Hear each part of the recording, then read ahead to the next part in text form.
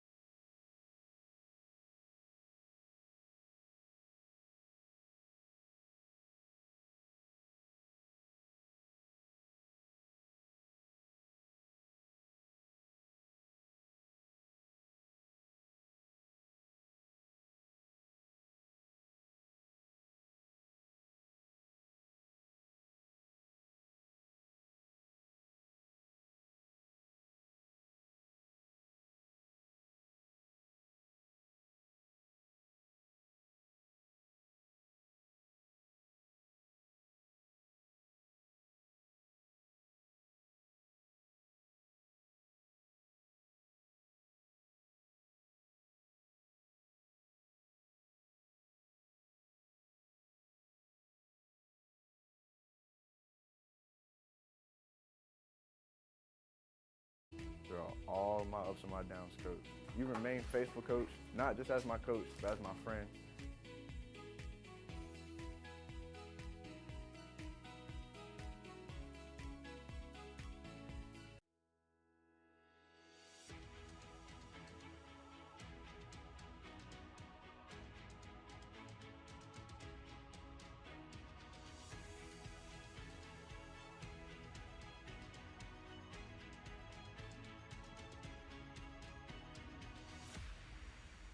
As you jump off this mountain, you may feel like you know what's awaiting you below, or you may have no idea. Regardless, I hope that each of you will trust in your unique gifts and choose to inspire each other. Realize that others are watching and they can't wait to see what you do next. As you embark on the next chapters of your journey, remember that your worth is not measured by accolades or achievements, but by the love, service, and kindness you extend to others. Embrace your unique gifts and talents. You each have them, and they are unique to you. Use them to make a positive difference in this world. My friends, I encourage you as you leave the bluff to lead your life with love. Hate is going to get us nowhere, and the love you express, even if it is simply sharing a smile or holding the door for a stranger, it will cast out the darkness and can change someone's life.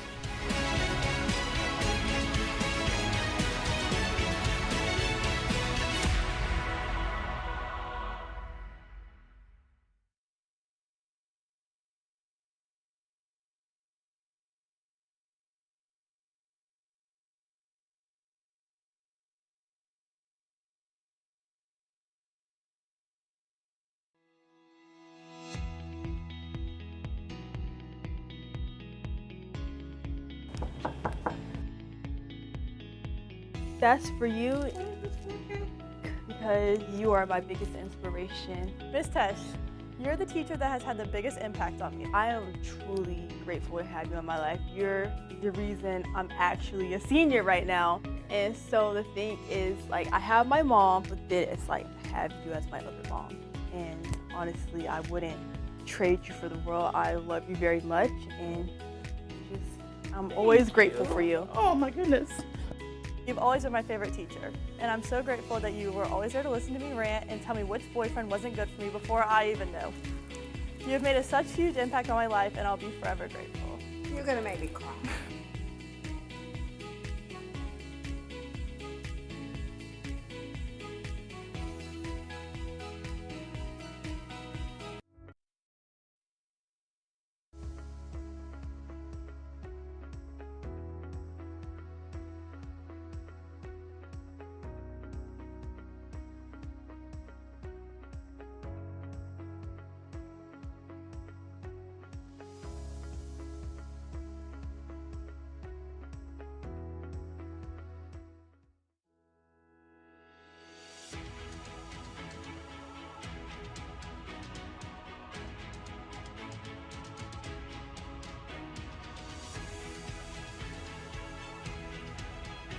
Determination to find success in life is so important, but we're all so young and have so much life ahead of us to live. So it's okay if you don't have exactly what you're gonna do for the next decade nailed down to the T.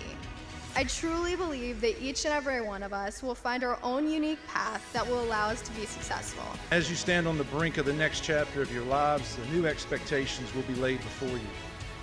Whether you pursue higher education, embark on a career, or serve in the military, you will face new challenges and opportunities. But remember this, you've already proven to yourselves and the world you can accomplish any mission or task at hand. I must encourage the Gilbert High School graduating class of 2024 and all others present to be proud of yourself. Allow yourself to feel, recognize the beauty of simplicity, and don't ever stop chasing. We've already accomplished so much, and I can't wait to see where the rest of our lives take us. Don't ever lose your initiative to love or leave an impact, simple or grand.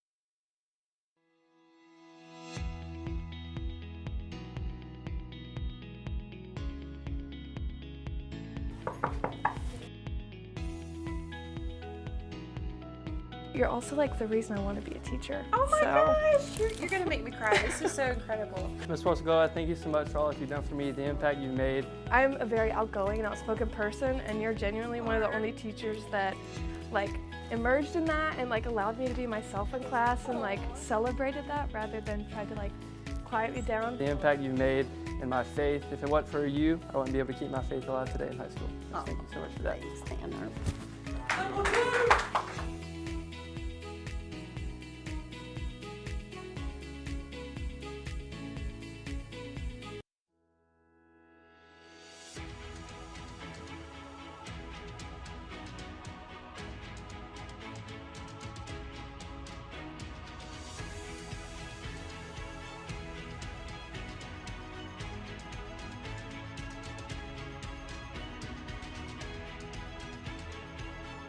After the challenges we have encountered these last 4 years, I believe that each student here can push through every obstacle in their path. In the future, when I think of high school, I won't remember the hard times.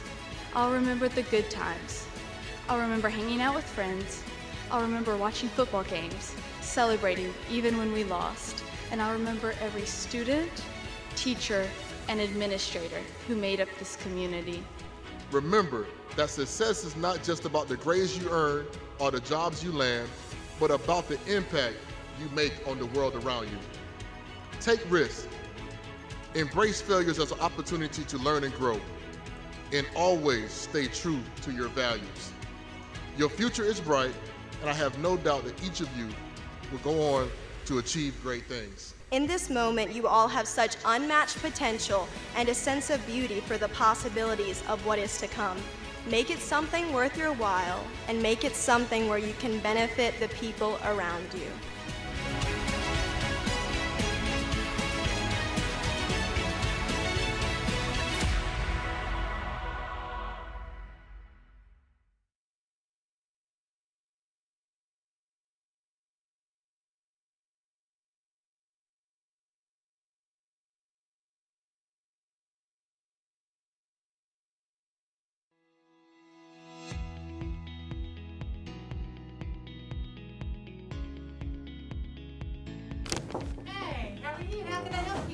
Hello, I'm Olivia Blackburn. Olivia! Hi. Oh my goodness. You were my graduation teacher surprise because of all the things you did for me when I was a bad kid. When you were a bad kid, you were never a bad kid. I decided to choose you to make sure that you know I still appreciate everything you did for me. I chose to surprise you today to tell you that you helped me fall in love with learning. Oh my God. And with books. And for that, I will be forever grateful to you.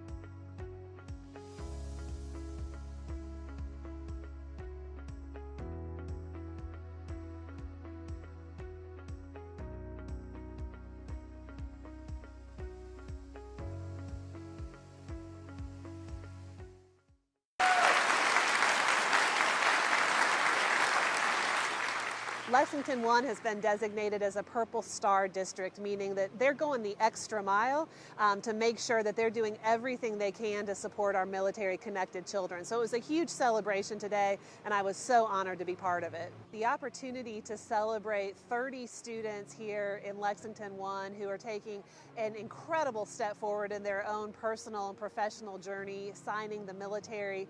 And we have such pride in our military families here in South Carolina. Less than 1% of Americans serve in the military across the population of over 330 million Americans. So it's a very elite group, and it's important we recognize those young people who've made the decision to take time out of their lives to serve their country. And it's my belief that military service results in positive outcomes. I decided to enlist in the National Guard so that I could focus on educational opportunities. After I graduate from the Citadel, I plan to go to OCS school, which is officer school, and to become an officer, and I plan on going back to be an officer in the Army. Being a part of something bigger than myself has always been something that I've really gravitated towards, so allowing myself to really be pushed to the physical limits has really brought me to be who I am today.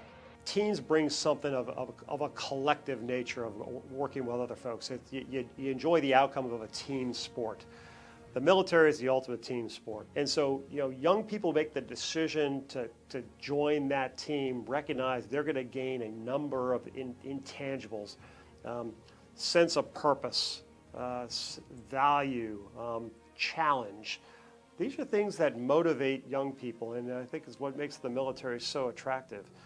It was such an honor to be here, not only on behalf of the Military Child Education Coalition, but as an active duty spouse and mother of 4 military-connected students in the state. I know from a personal experience, my children have benefited exponentially from the extra little innuendos, the words of encouragement, just the extra attention that they receive because they know what's going on.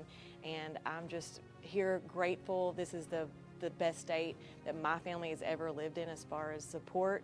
We need to continue to raise awareness of our Purple Star families across the state here in South Carolina. I'm so proud of the 13 districts that have stepped up to answer the call to duty, as well as 2 charter schools. I want to continue to see more of our schools responding to that call. So I would encourage administrators to look and determine who are your military-affiliated kids, to include those serving in the reserve components, the National Guard and the reserves. When a person chooses to serve in the military, they're going to subject themselves to military discipline, subject themselves to military orders. That's a sacrifice of personal freedom in some ways so that we can all be free. When that person, as a young person or as an older person, chooses to leave the military, I believe it's the nation's obligation, it's South Carolina's obligation to support them after they have served. In my case, I was one of the only kids in my high school that decided to go on a military route. I was really alone in that group, and I felt a lot of pressure from my classmates who were not doing that. They were going off to colleges and doing other things. But I would go back and talk to my younger self and say, you're choosing a road less traveled, but the destination on that road is going to be very beneficial. I didn't know that at the time, but it certainly turned out to be that way.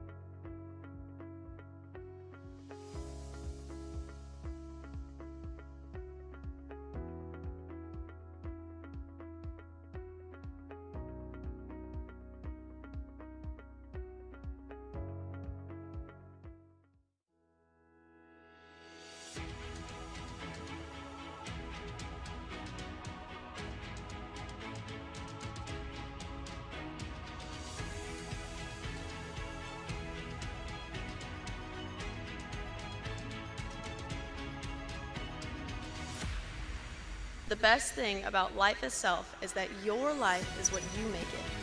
So, according to Taylor Swift, you're on your own, kid. You always have been. Congratulations, Wildcats. As you stand on the threshold of the future, I also challenge you to embrace the opportunity to leave behind a legacy that inspires others, uplifts our community, and leaves the world a better place than you found it. Congratulations, and may your legacy be one of pride, purpose, and lasting impact. Whether you're going into the military, workforce, or college, you will impact people all around you, just as she did for me and the lives of many others. So, moving forward, I encourage you to be the light of the world. Walk away from every situation knowing that you have tried to positively affect others around you.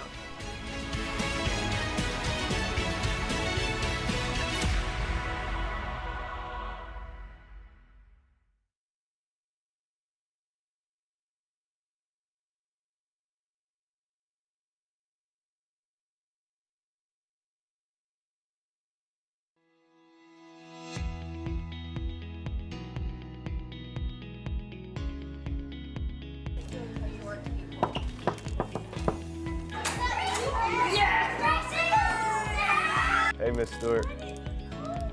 Well, it was supposed to be a surprise. These are your flowers for being my favorite teacher ever. I chose you as the most inspirational teacher. I just always felt like I could come in here and talk with her, you know, even if I got in trouble somewhere else, I could just communicate with her. She always gave me good advice. I am deeply grateful for the impact you've had on me and for the inspiration you continue to provide every single day.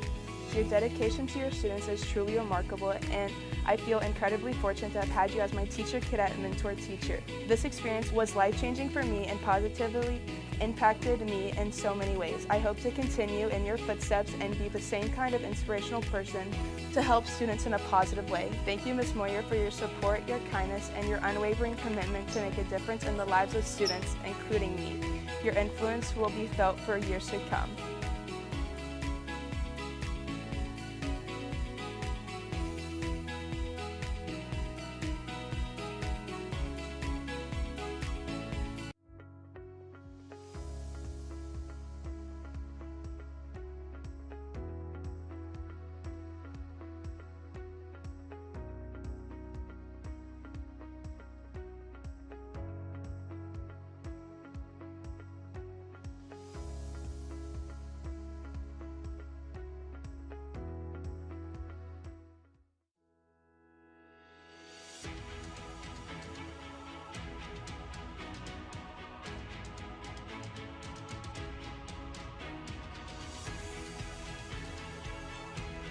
There are many factors that went into your high school experience, and while we all had different ones, I know that each of you had many memorable moments within the walls of PHS that you will hold on to forever.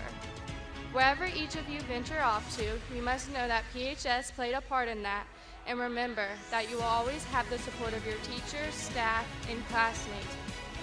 As we embark on the next chapter of our lives, let's remember the lessons we've learned through the 4 core guiding principles at Peeling High School. Number 1, do your personal best. Use your gifts and talents to set yourself apart from the rest. Number 2, be in the right place at the right time, doing the right thing. Make goals, stick to them, and strive to be the best version of yourself you can be. Don't get sidetracked, and don't waste the opportunities you are given. Number 3, show respect to get respect. Be kind and considerate to others. You cannot be successful in life on your own. You need others to help you reach your goals. Number 4, serve others. The more you do for others, the more you will enrich your own life. Even though we've been itching to graduate and move on, high school is also filled with joy, growth, and unforgettable memories. From navigating friendship and discovering our passions, each and every one of us is capable of great things. Let the spirit of the Pillion Pride always burn within you.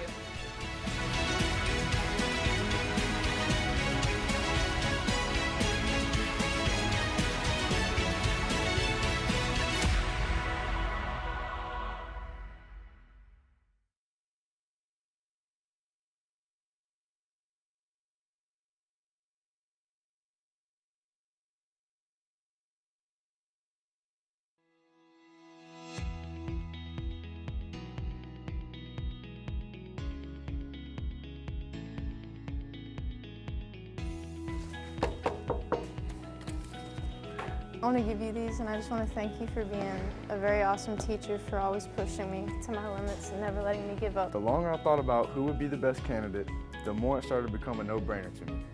In Manners of Impact, Coach B has been second to none. I appreciate that. That means a lot to me. Thank you very much. Thank you for never letting me give up. I'm not going to let you give up, am I? No. Never. But little did I know, he was sculpting me to be a better man and a better member of society. Coach B has influenced me on and off of the track, in and outside of school. Thank you for everything that you've done for me throughout all my ups and my downs, Coach. You remain faithful, Coach, not just as my coach, but as my friend.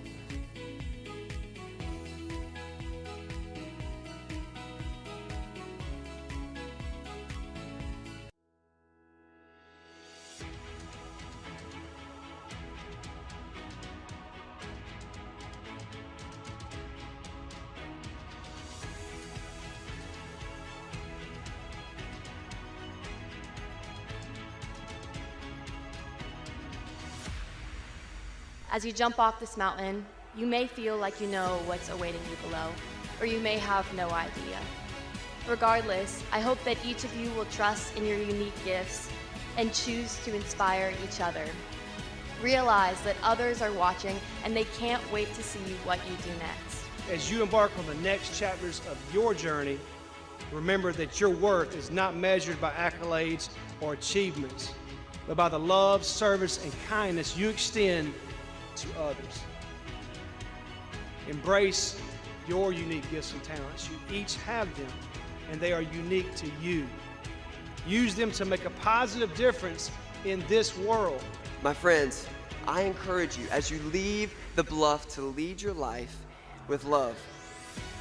Hate is going to get us nowhere, and the love you express, even if it is simply sharing a smile or holding the door for a stranger, it will cast out the darkness and could change someone's life.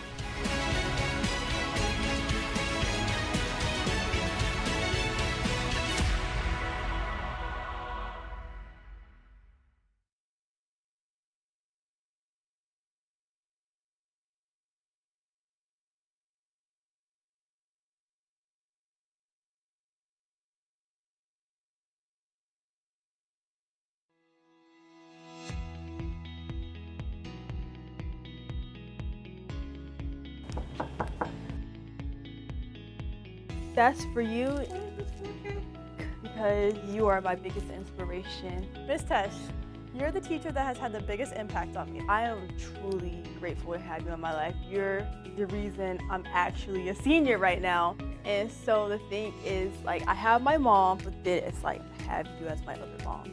And honestly, I wouldn't trade you for the world. I love you very much, and I'm always grateful for you. Oh my goodness. You've always been my favorite teacher, and I'm so grateful that you were always there to listen to me rant and tell me which boyfriend wasn't good for me before I even knew. You have made such huge impact on my life, and I'll be forever grateful. You're gonna make me cry.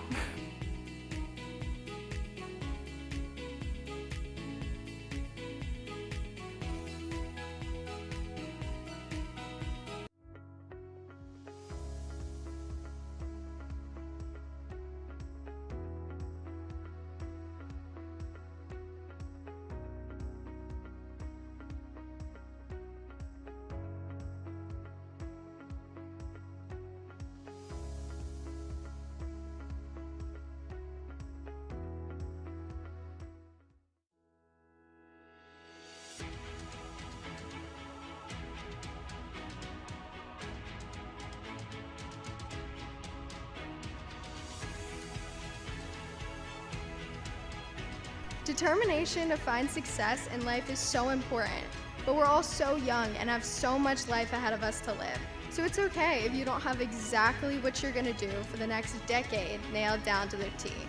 I truly believe that each and every one of us will find our own unique path that will allow us to be successful. As you stand on the brink of the next chapter of your lives, the new expectations will be laid before you. Whether you pursue higher education, embark on a career, or serve in the military, you will face new challenges and opportunities. But remember this, you've already proven to yourselves and the world you can accomplish any mission or task at hand. I must encourage the Gilbert High School graduating class of 2024 and all others present to be proud of yourself. Allow yourself to feel, recognize the beauty of simplicity, and don't ever stop chasing. We've already accomplished so much, and I can't wait to see the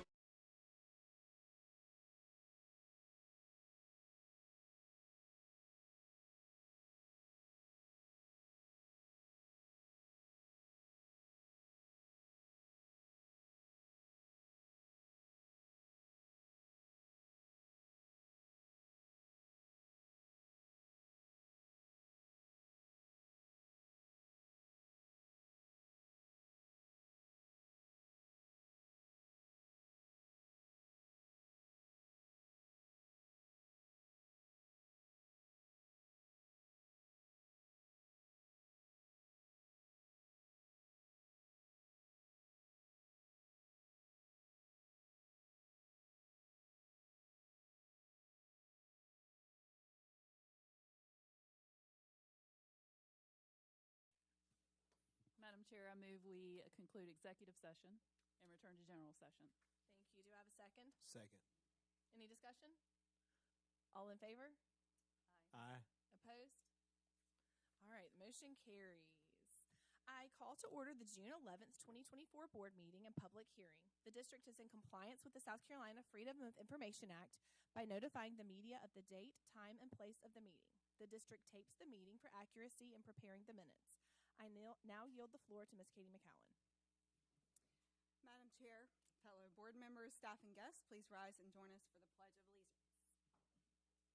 I pledge allegiance to the flag of the United States of America and to the republic for which it stands, one nation, under God, indivisible, with liberty and justice for all. Do I hear a motion to approve the agenda as presented? Madam Chair, I move we approve the agenda as presented. Do I have a second? Second. Any discussion? All in favor? Aye. Any opposed? Motion carries. We will be having the third reading of the 2024-2025 proposed general fund operating budget. Ms. Miller and her team will give the budget presentation and then take questions from the board. So, Ms. Miller, I turn it over to you. Good evening, Madam Chair Kathy Henson, Superintendent Dr. Postaway, and board members. We are here for the third and final reading of the general fund budget for fiscal year 24-25. Before we begin, I want to express my sincere gratitude for all the hard work and collaboration during the budget process. This process began back in the fall of 23 and honestly continues year-round. I appreciate all my fellow SLT team members for their leadership and their hard decisions along with their team members. A special thank you to the finance directors. I have a couple that are here this evening, so if they would stand up, even though I know they do not like to. Lindsay Price, our Director of Payroll, David Cobb, our Director of Business Services, and Donna Patton, our Director of Accounting. We also have a couple directors that are out with illnesses, Beth Marsh, Cindy Gillespie, and Deidre Jans. Additionally, Julie Painter, I think she's over there. If she would stand, we want to give her a special thank you in our business service department. We could not do what we do without her.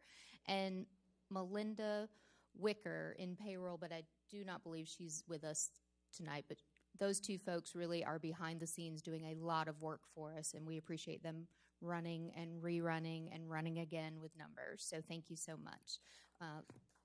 Yes, give them a round of applause. Lexington One is very fortunate to have such qualified accountants on the team. All right. Moving on. This evening, my notes went one ahead. I apologize. As we've been discussing the budget all season, we have used a modified zero-based approach to the budget this year. The reason for this was the impact of the ESSER funding cliff, the declining enrollment at Lexington One, and the new state revenue formula. These three factors challenged us to take a step back to calculate how much does it cost to operate our school district while maintaining Lexington One standards. This evening, we will discuss the modifications made since the second reading, staffing allocations, the certified salary schedule, and the projected revenue and our recommendation for the fiscal year 2025 general fund budget. Based on feedback from the board during the second reading and hearing no objection, we have added the special education contingency staffing and the mobile computing device repairs to the budget since the second reading. This increased our expenditures by approximately $425,000. And then we did have one other addition since the second reading, which was for $44,000 for an adjustment to the FTEs for salaries. And to balance the budget, we did utilize the fund balance for these increases as well. You should be very familiar with this slide. This is our graphic that is been consistently presented in all of the presentations. We really want to emphasize the significance of our valuable resources, which are our employees. Close to 90% of the general fund budget is for salaries and fringe benefits. Our recommendation is to ensure that all eligible employees receive a step increase and at least a 3% cost of living adjustment. This visual shows you the expenditures broken out between salaries, fringe, and operating expenses, which are broken out between variable and fixed expenses.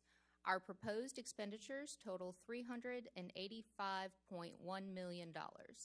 Salaries is $230 million, fringe is $109.7 million, and then our operating expenses are split between fixed costs at $15.7 million and variable costs at $29.7 million. Now, the board does have the detail of these expenditures in your packet online.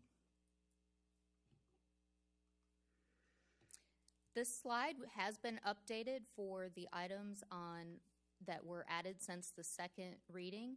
This is the breakout of salaries and fringe by category. You can see in the yellow shaded, those are for those who provide direct support to students and the schools, and then the bottom two rows are your central services, and you can see the percentage of salary and fringe in the far right column. The next slide is our certified salary schedule. That there has been no change to that since the second reading. You can see our starting salary starts at $47,000, and then you can see at the very bottom there, this is not the whole graph, this is just portions of it, but at the 40-year mark, you can see the level for that scale as well. Again, there's been no change since the second reading on this scale. Now, getting into revenue projections, I want to make it very clear. We do not have a final revenue number for fiscal year 25 yet. We have the best projections we have from the state so far, but since the state has not passed their budget, we will not have this final number at this time.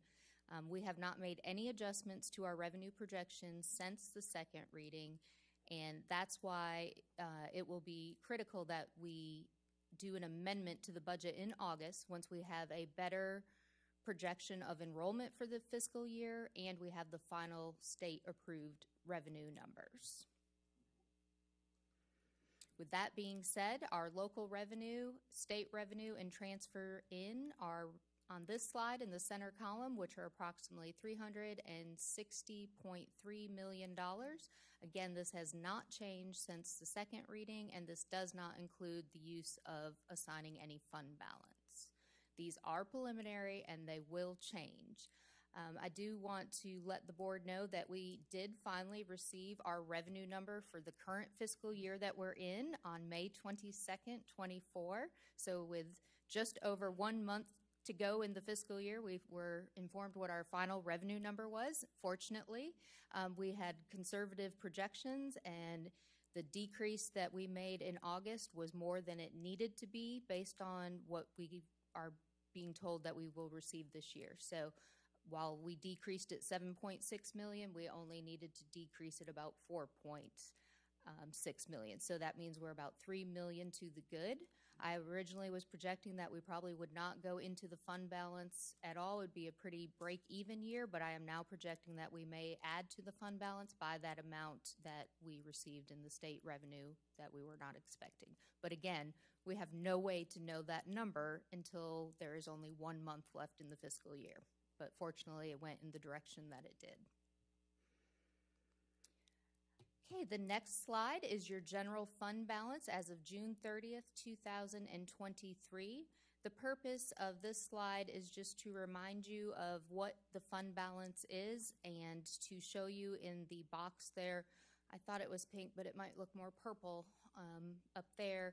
That is your fiscal year 24 budget appropriation. We had budgeted to use $22.7 million to balance the budget for fiscal year 24. As I just stated, I do not think we're going to need to use that with the vacancies that we experienced.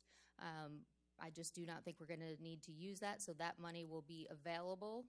It's not reoccurring funding, but it is there, and that is how we're balancing the fiscal year 25 budget. So if there's any more than the 22.3 that's needed, it would come from the unassigned row that has $70.8 million in it. I think it's important to know as well, in that unassigned fund balance, you have a board policy to keep 16.67% of your operating budget in unassigned fund balance. So we only have room to use about 6.7 million more of that. So we do have to be mindful that we don't have all that money available to us. We have a policy of what has to be retained in there. All right, moving on to the fiscal year 25 budget recommendations. This slide right here summarizes everything. We've updated it for that change in expenditure. So your right side of this has not changed since your second reading, other than increasing the fund balance amount for the 0.1. If you recall, it was $385 million at the second reading, and we just had a rounding difference that bumped it up that 0.1. And so on the left side, you have your salaries, your fringe, your fixed costs, and variable costs that we discussed on a previous slide, which total to $385.1 million. And this evening, we are requesting to get board approval on how to move forward with the budget. We have to have something to go forward into the next fiscal year. I think it's very important to remember that we will need to amend this budget in August once we have revised revenue numbers. But this evening, we would like the board to take action on how to proceed. And if you have any questions, I can take those now. So, Ms. Miller, just to recap, as you've gone through this presentation, it is basically the budget is not requiring any increase in millage nor decrease in millage this particular year for this budget. That is correct. Okay. And the number you received on May 22nd, that shows we're approximately $3 million to the good. Would that be then added to the unassigned fund balance? Yes, ma'am. Okay.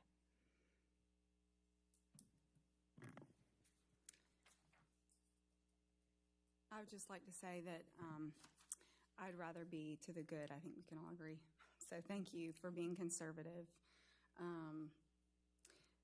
And I wondered, when did we hear for the revenue projections? You said that you haven't heard back yet. When did we hear back last year? Just to kind of, is that kind of a...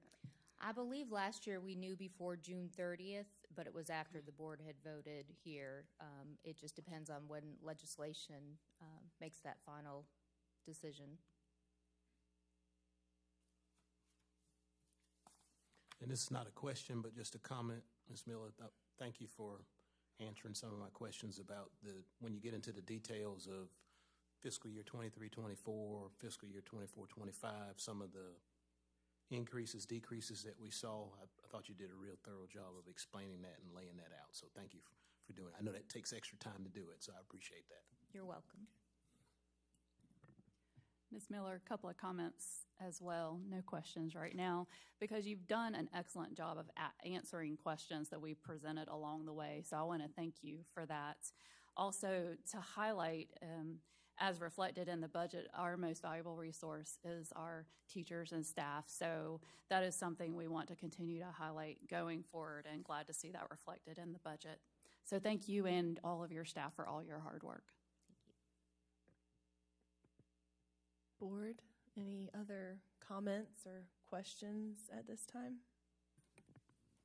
I mean, I guess I will make one particular comment that I like to highlight that doesn't necessarily jump out in the presentation. The program that we're starting, that's the Atlas program, that we're funding that with the budget. Many times when you look at all of our programs, we're funding things that help students, and I think that's really our priority. But that Atlas program is going to help us not only address student needs that have behavior issues, but it's also going to be very valuable for some of our teachers that are on the front lines dealing with those behavior issues and helping those students get where they really need to be so that they can be in a classroom. So I think even though we may look at Atlas as far as it being a benefit to students, it's also going to be a benefit to staff. And I think that's going to be a valuable tool as far as teacher retention. If they see that we're willing to invest dollars and time and thought into a program that helps keep them safe and helps the students continue to stay in the classroom. So I like to say I admire the district for kind of coming up with that idea, and I think it's a very valuable idea and kind of speaks volumes to our teachers out there in the schools that are on the front lines. Yes, ma'am. I just wanted to comment that thanking the staff, everyone who has worked on the budget, the principals, teachers who've given suggestions and input and have listened, struggling to understand all this budgetese that we speak. It has been a really difficult year because we've used a different process. But where we hope to be this time next year is with the strategic plan, able to bring the narrative that goes with the budget that shows, as a community member suggested to the board that another district did, that will show what the goal was and what expenditures we're recommending against that goal. And that will be at the same time we'll present you whatever data we have about the investments we've made this year. For example, in a little bit, we're going to just look at high-level achievement results for this year. And we'll see that even though we're growing in math, our mathematics scores, as is the case in the rest of the state, are very worrisome. So we're making a big investment in mathematics for this coming year. And we'll want to see at the end of next year whether we're able to see the return on that investment, or it could be a little bit early, but we'll want to hear from some teachers. So in a little bit, when we look at the agenda for this coming year, you'll see that during 6 different board meetings, we will take a portion of the investment that you've made. We'll tie that to the strategic plan. We'll talk about what the district's intent was, and then there will be a principal and a teacher. So they'll take the investment, the intent, the investment, the action from the boardroom to the classroom.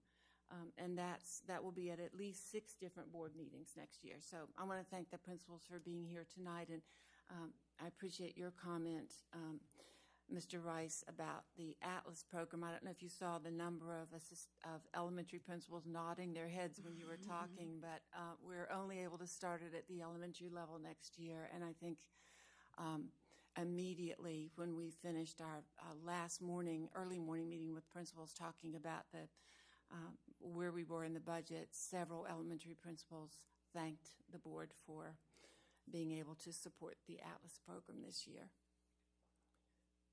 So, thank you. Okay, so we're going to move into the next section, and that is the citizens' public comment. During this portion of the public hearing, the Board of Trustees provides a time for the citizens' public comment regarding the 2024-2025 proposed general fund operating budget. There are a few guidelines we follow during this time. As you came in tonight, you received a card to fill out if you indicated you wanted to speak. The board chair will call on each speaker by name and ask you to approach the lectern. We want to remind you that this time of the meeting is being live streamed, and that the recording of this meeting will be part of the public record in perpetuity. At this time, you may comment only on the general fund budget. We have set aside another section of time for citizens' participation on other agenda items, school operations, or programs. You may not speak about or name specific individuals, rather students, or school or district staff. Failure to follow this rule will result in immediate loss of the opportunity to speak. The board will not reply to your remarks, nor take any action during the board meeting in response to your comments or questions. You may address the board for up to 3 minutes. If you have any handouts for the board, please give them to Ms. Halliday in the back of the room, and she will distribute them. Please do not clap or make any comments, either while an individual speaks or after she finishes. So I think we have one citizen to speak tonight, and this is Mr. Nicholas Pizzuti, and he's going to speak on the budget. So, Mr. Pizzuti, welcome.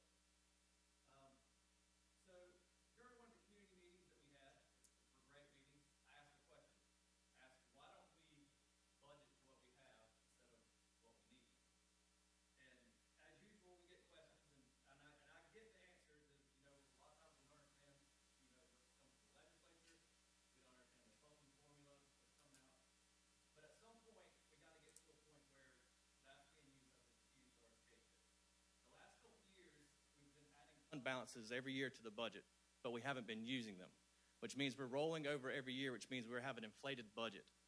And so with the taxes we raised last year, it was supposed to bring about $12 million and then $22 million from the fund balance. We're rolling over that fund balance this year to meet budget, but we're having the items and not spending them. But if we really truly wanted to budget wisely, let's not inflate the budget to show what we need. Let's budget to what we need or prioritize our wants better. And I understand completely wanting to bring management and other people up to market value, but is that the priority we should be looking at right now? Should that be prioritized over teachers and staff? Salaries were raised just for district office management around $700,000 just for salaries, not including the fringe, for only a few positions. Imagine what could have been done with that money if it actually truly went to the students and the teachers in the schools, and we didn't have to lose FTEs in our schools. Reallocate FTEs in our schools. I just want to finish with saying we don't have a funding problem. We have a priority problem. Thank you. Thank you, Mr. Pizzuti. So at this time, do I hear a motion to adjourn the public hearing? Madam Chair, I move we adjourn the public hearing. Do I have a second? Second. Any discussion? All in favor?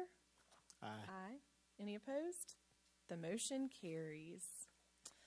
Okay, we will now begin the general session of the June 11th, 2024 monthly Board of Trustees meeting. Again, oh, you're right. What time is it? We got done a little early. Okay, we're going to pause for the next 38 minutes, and we will be back.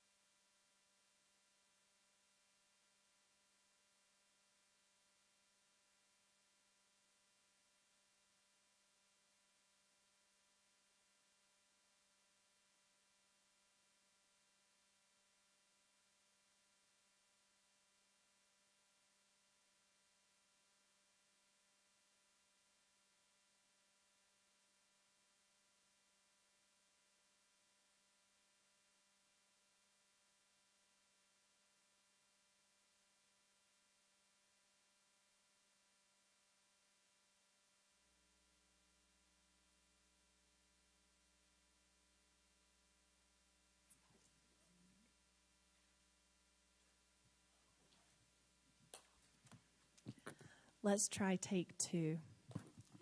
We will now begin the general session of the June 11th, 2024 monthly Board of Trustees meeting. Again, I'll remind you that the district is in compliance with the South Carolina Freedom of Information Act by notifying the media of the date, time, and place of the meeting, and we approve the agenda for the evening prior to the public hearing. Do I hear a motion to approve the consent agenda as presented? Madam Chair, I move we approve the consent agenda as presented. Do I have a second? Second. Any discussion? All in favor? Aye. Aye. Any opposed? The motion carries. Do I hear a motion to approve 65 certified staff and 6 administrative recommendations for the 2024-2025 school year?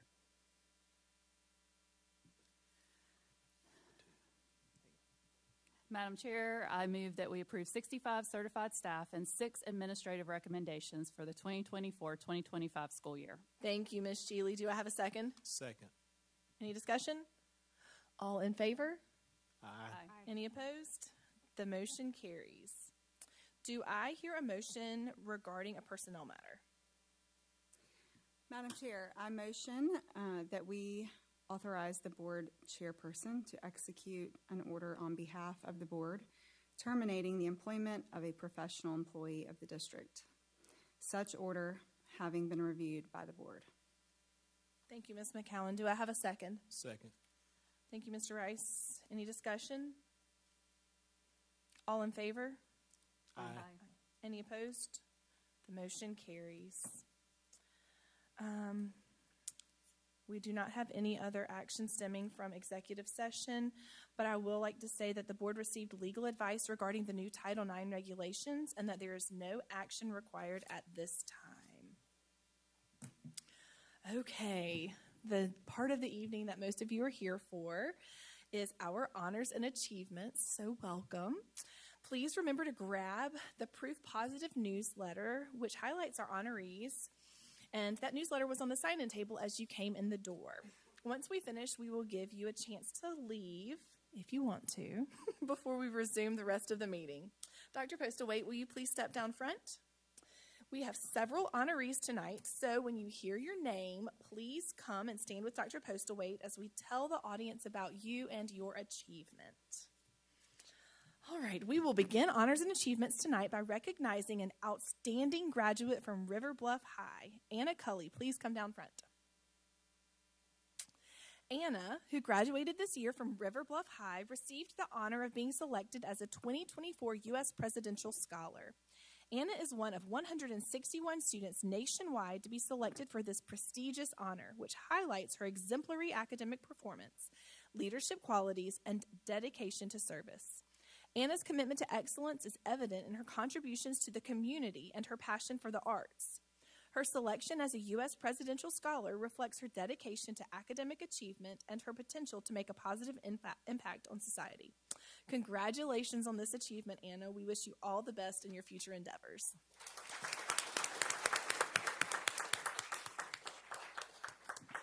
Next, we want to recognize a state champion from Pillion High School, Lucas New. Please come to the front. Lucas soared to victory, claiming the gold medal in the boys high jump category at the South Carolina High School League Track and Field Championship. He did all this less than a week before he walked to the stage at graduation to receive his diploma. Lucas is coached by Mark Beanbo. Way to go, Lucas.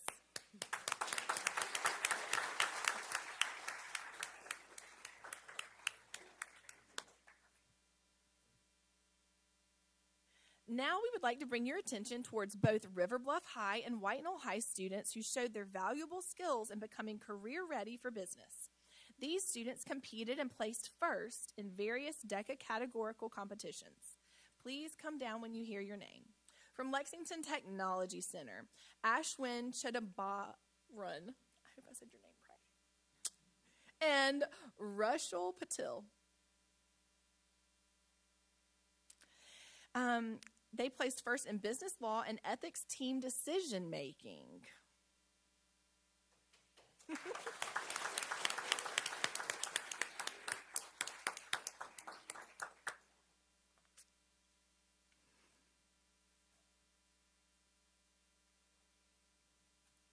remember competing in business law a few years ago here in Lexington 1. Okay, next from River Bluff High is Riley Blakely, who placed first in the Entertainment Operations Research category. I don't think I see Riley, but congratulations, Riley. Talmadge Burnett and Ethan Osborne, who both won first place in the Travel and Tourism Team Decision-Making category. Okay. Catherine Kai, who placed first in the Food Marketing Services category. Hi, Catherine.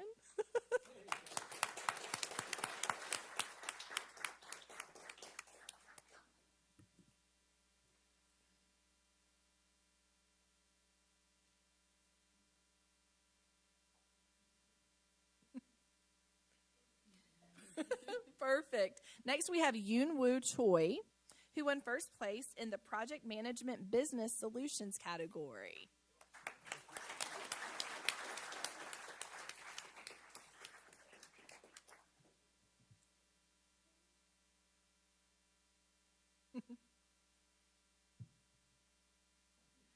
Next is Ariana Ganjasani, who won first place in the Sports and Entertainment Marketing category.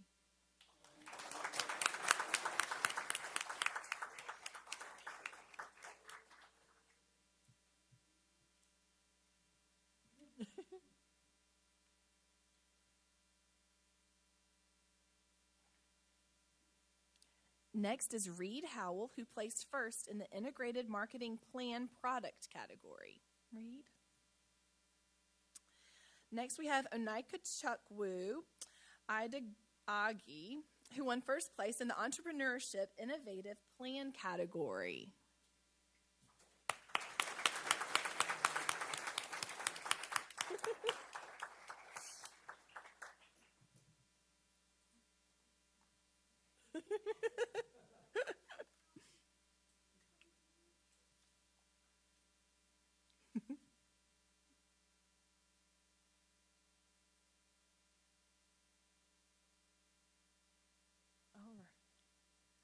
Good. Yay. Okay. The next person is Lauren Kim, who placed first in the Integrated Marketing Plan Service category. We also have Ella Kirkland and Lily Neal, who both won first place in the Hospitality Team Decision-Making category.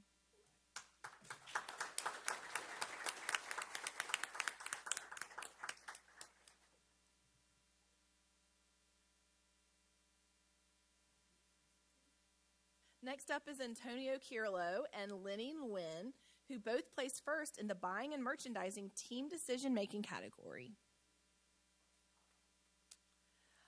Daraya Korapati and Pranish Rajesh Kanan, who both won first place in the Marketing Team Decision-Making category. Ritvik Korapati and Santosh Kadaravoli, who both placed first in the Sports and Entertainment Team Decision-Making category. Yashwant Korapati, who won first place in the Professional Selling Event category. Pranavi Mancham, who won first place in the Integrated Marketing Plan Event category. Riley Miller, who placed first in the Entrepreneurship Series category. Riley also placed first in the World Entrepreneurship Series at DECA International Competition in Anaheim, California this past spring. That's very exciting.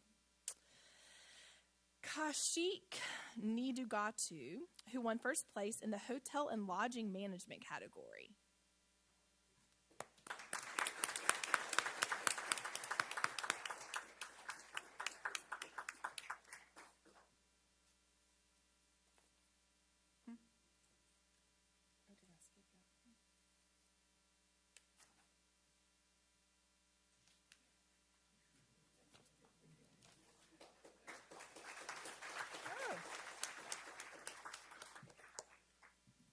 And I apologize. I think I might have skipped over someone. Jackson Haberlin, are you here? Jackson won first place in the Restaurant and Food Service Management category. All right, let's see. I think next we have is Raghav Palapatu, who won first place in the Automotive Service Marketing category. Devi Patel, who placed first in the Buying and Merchandising Operations Research category. Seba Pontinzalamu, who won first place in the Buying Merchandising Operations Research category. We have a lot of accomplishments tonight. This is exciting. Jackson Rossiti, who placed first in the Principles of Marketing category. Brantley Reeves, who placed first in the Hospitality and Tourism Operations Research category. Oh, Brantley, hello.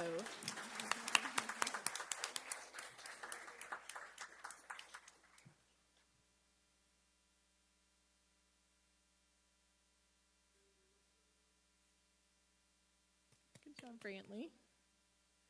Next, we have Cassandra Thomas, who won first place in the Apparel and Accessories Marketing category. Ava Thurman, who placed first in the Restaurant and Food Service Management category. Sienna Woodley, who won first place in the Project Management Business Solutions category. Rose Zhu, who placed first in the DECA Integrated Marketing Plan Service category. And Anna Zhao, who placed first in the Project Management Business Solutions category. All right, we're moving to White Knoll High School. Zariah Gibson, who placed first in the Team Business Operations category. Gracelyn Jones, who won first place in the Team Accounting Operations category. Alina Matthew. Oh, are you Gracelyn? Alina, come on up, Alina. Perfect. Alina Matthew. Alina won first place in the Team Accounting Operations category as well.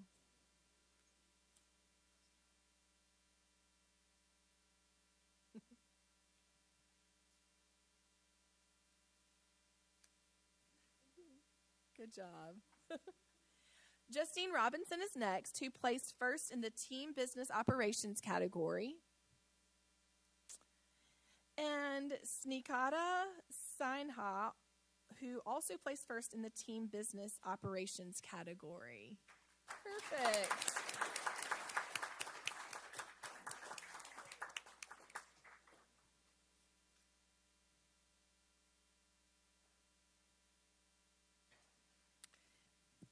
Your last name's probably pronounced Sinha, correct? You can tell I'm a math major because I pronounced that as sign and not sin in the pronunciation. I apologize. Okay, DECA is a nonprofit organization that prepares high school and college students for careers in business. Programs are designed to help students become leaders in career fields like the ones mentioned above. Congratulations to you all. Now we will recognize students who won first place in competitions at the Skills USA State Leadership and Skills Conference last month. Please come down when your name is called. Starting with Lexington Technology Center, we have Juan Benitez, who placed first in the Action Skills competition. Yes, Mr. Myers, you're going to come down here for our LTC students also.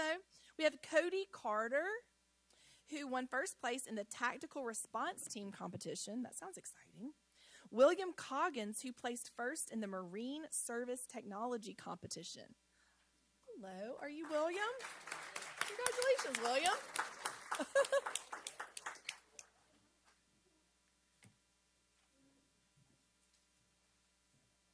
So this is William, who placed first in the Marine Service Technology competition.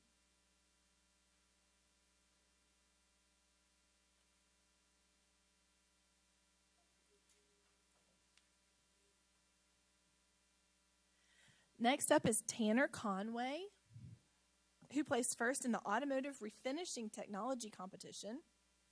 Shia Cross, who won first place in the here we go, perfect. Won first place in the Auto Service Technology competition.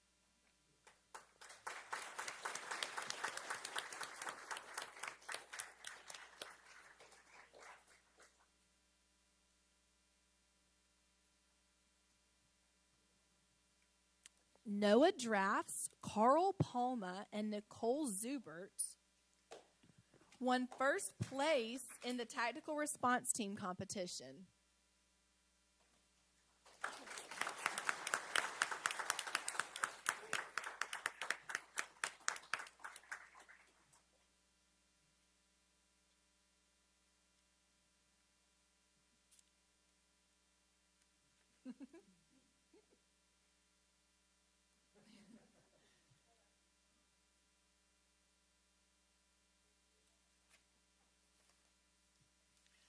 Very good. Next up is Avery Sammons, who placed first in the nail care competition. Alyssa Stallnaker, who won first place in the cosmetology competition. And Colton Travis, who won first place in the milling programmer competition. Hi, Colton.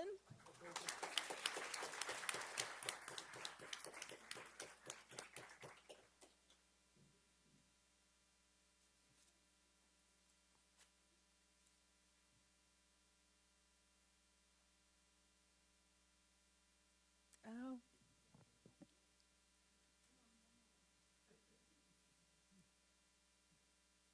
And lastly, from Lexington Technology Center, we have Jacob Peterson Griffin. Is he here? Who won first place in the restaurant service competition.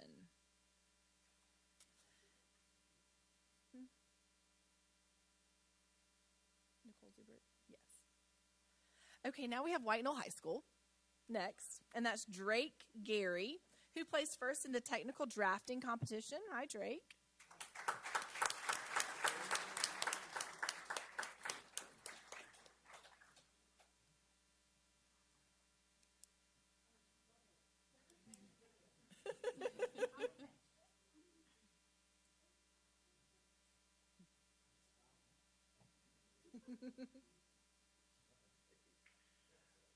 Congratulations. Next is Christopher Nogler, who won first place in the architectural drafting competition. Matthew Queen, who placed first in the additive manufacturing team competition. Hi, Matthew.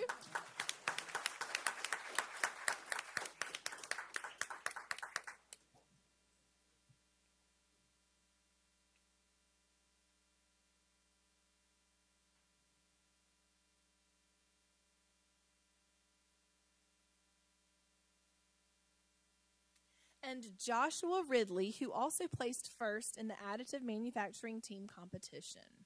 Skills USA's mission is to empower students to become skilled professionals, career-ready leaders, and responsible community members. Way to go, everyone. Now, we would like to celebrate a group of students who placed first in contests from the 2024 South Carolina State HOSA Development Conference. Please come to the front when you hear your name. From Pillion High School, we have Ainsley Olson.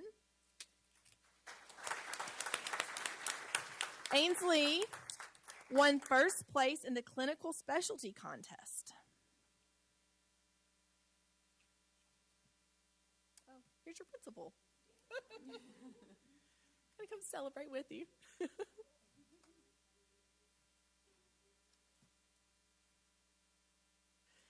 Next, from River Bluff High, we have Yoonwoo Choi, who placed first in the HOSA Happenings contest.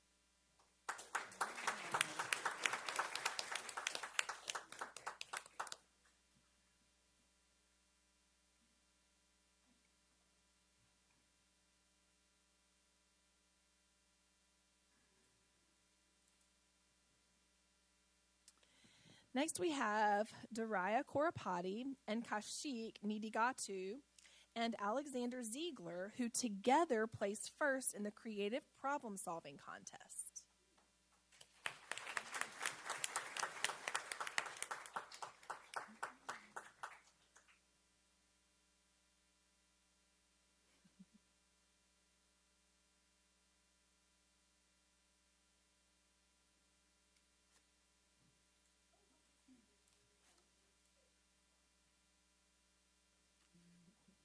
Congratulations, guys. Michael Ma and Ritvik Korapati both won first place in the CERT contest. Mael Wong won first place in the Cultural Diversity contest. Antonio Kirillo, Ratish Korapati, Santosh Kadaravoli, Seba Pontanzalamu, Jeet Sridhar, and Rose Zhu all together placed first place in the Mental Health Promotion Contest. Rose also won the Barbara James Service Award.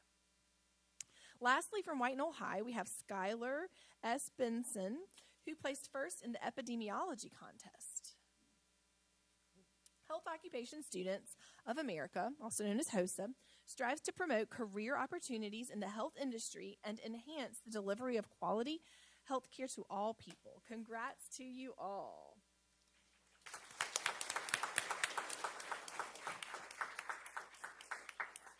Now, back to Lexington Technology Center, we're going to highlight a student with exceptional welding skills. Matthew Sharp, are you here? Matthew Sharp competed in the AWS South Carolina State Welding Contest at Midlands Technical College, where he won first place in the welding skills competition. Way to go, Matthew. Now we would like to recognize members of the Lexington One Finance Department who recently received 2 accolades for the fiscal year 2023 Comprehensive Annual Financial Report. We would like to invite up front Chief Financial Officer Jennifer Miller, Accounting Director Donna Patton, Business Service Director David Cobb, Finance Director Cindy Gillespie, Procurement Director Beth Marsh, and Payroll Director Lindsay Price. Welcome. Both the Association of School Business Officials International and the Government Finance Officers Association recognized the district with top honors. The district received a Certificate of Excellence in Financial Reporting from ASBO and a Certificate of Achievement for Excellence in Financial Reporting from GFOA.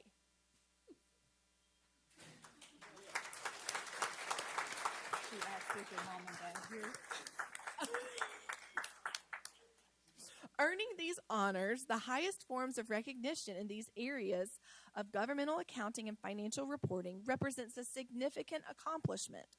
The achievement signifies the district met or exceeded each association's highest standards for financial reporting and accountability. Congratulations and thank you for your hard work.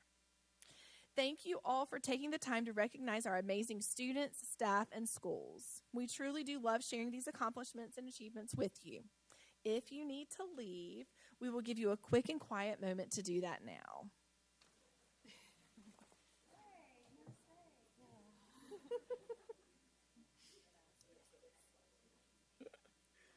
I had my sticker on from voting, and it keeps getting stuck in my hair, so I was like, I'm going to just pull this off.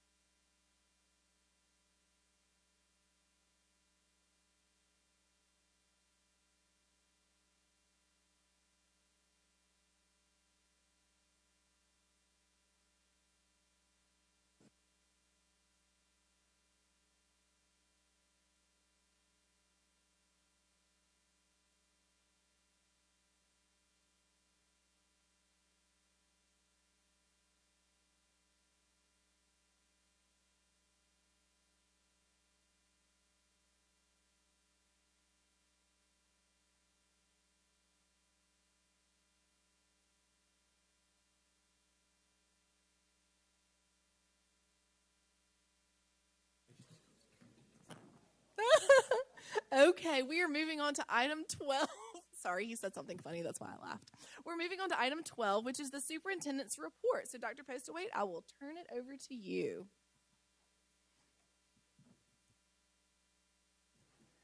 Thank you, Mrs. Henson. I'm going to start, if we could get the slide up that says preliminary data, state of the district, that would be great. There we go. Thank you. I'm going to start just by thanking the SLT members. We've said a lot tonight about how wonderful our staff members are, but I want to just go down the row and start with Mrs. Devonna Price. She has some other folks here from HR. I see Kimberly. Are there others here from HR tonight? Brian Morris. I think at this point in time, I'm sure I miss people. So at this point in time, oh yeah, Will, I'm sorry. I'm not going to name people in the audience anymore because I will forget. At this point in time, as of this afternoon, we had about fewer than 30 openings in the district at this point in time, and that's just remarkable, and it's a tribute. tribute to them and their work. Mrs. Mary Gaskins, who's in charge of instructional services. Some of her staff members are also in the audience, and she works with all of the principals here, and you'll see in a little bit the growth that has happened in our district, just preliminary figures that we can share with you, but an incredible amount of work has been done to focus this district on the things we needed to work on after COVID. Mr. Clark Cooper, who is, oh no, I missed Dr. Rivers. You're in a different order sequence than I thought. Dr. Thomas Rivers, and I know 3 of his staff members are here tonight from IT, who, or at least were, there are some of them, and they have just done yeoman's work, getting new machines, new devices in and out. They're like the ninjas who just come in and take care of us and move on. We want to thank them for their tremendous contributions to the district. Mr. Clark Cooper, who heads up both student services and operations, and Mr. Jim Jett is here with him tonight. We're closing out a building construction program. Mr. Cooper is going to talk with you a little bit about that. We stand on the shoulders of giants who came before us, who started that program. But we certainly appreciate the work that Mr. Cooper, Mr. Jett, and their teams do in that area, as well as in student support services. Ms. Jennifer Miller, you've heard from already today. She has really helped our finance department serve us well. They are all hard, experienced workers, accomplished accountants in their own right. And they've helped us budget differently this year. I know it's been a lot of extra work, and we don't stop to say thank you often enough. Attorney Mercedes Pinckney-Reese is next. The board gets to hear from Ms. Pinckney-Reese frequently in executive session. I don't know that the public gets to appreciate her work. I know principals work with her frequently as well. Mrs. Libby Roof and the communications team. Megan Moore was here taking photos. They serve us incredibly well and have brought so many different additions to our communications department. Inside Voice is new this year with the new platform and a new website entirely has been launched, is still being built in part. So I just wanted to start by thanking those folks and all of the principals who lead the school. This is about half probably of our leadership team, and they're the ones who've done all the work that I'm going to talk about in a little. They've led the work. The teachers have carried out the work that has produced the results with children and parents that I'll be speaking to. I wanted to make sure we acknowledge Mrs. Tracy Halliday, who is a magnificent supporter of the board. And running the technology for us is Mr. Daniel Tunnison, and we're happy to have him on board tonight. So as we start through this work plan for this year, we're required to present a summary of our year's accomplishments, but it comes at an awkward time because the results that we have are embargoed. So we're going to just sort of fly through the presentation tonight. I know 3 board members are unfortunately not able to be with us. 2 of them had unexpected situations, and 1 was assigned out-of-town travel for business. So I'm going to go through these slides quickly. We'll revisit everything when we get our results from the state that can be released publicly. So as you'll recall, we had 5 big things we were going to work on this year. The Lexington One Graduate Profile, the instructional elements that we sort of call the Lexington One Way. We completed the curriculum effectiveness audit, which was a lot of work and gave us tremendous feedback. We identified the key performance indicators for this year and created the new 5-year strategic plan. When we talked about this year, we said we were going to focus on building our technical core of the curriculum, the instruction, the assessments, the methodologies that we use, and studying the data to determine return on investment. And that would leave us to winnowing, eliminating some of those things that we had invested in that weren't getting the results we'd hoped for, and generally aligning the system. At the school level, principals work to build readiness and capacity for this coming year and determine their pivot points and their inflection points as they think about shifting practice. Our communications department developed these graphics that sort of illustrated all that for us, and that was the sequence we followed: the graduate profile, instructional elements, strategic plan, curriculum effectiveness audit, and then into the strategic plan, which resulted in our clear mission of guiding all students to learn, grow, and excel. Moving on then, as we look at our first key performance indicator, we said we want to increase in grades K through 8, pre-K through 8, the number of students performing on grade level and the students growing and meeting their growth goals. So as we begin to look at achievement, this is K through 8 all lumped together, and these are I-ready data that are normed against national norms. Later we'll get SC-ready results that are normed against the state of South Carolina tests and assessment results. But compared to students across the nation, 60% of our students are reading on or about on grade level. They're either early on grade level or higher. That nationwide, the average, of course, would be 50%. So that's good news, and it increased a bit from last year. In mathematics, we're above the national average, but we're still below where we are in English language arts. So we really want to focus on mathematics as well as really honing in on learning to read.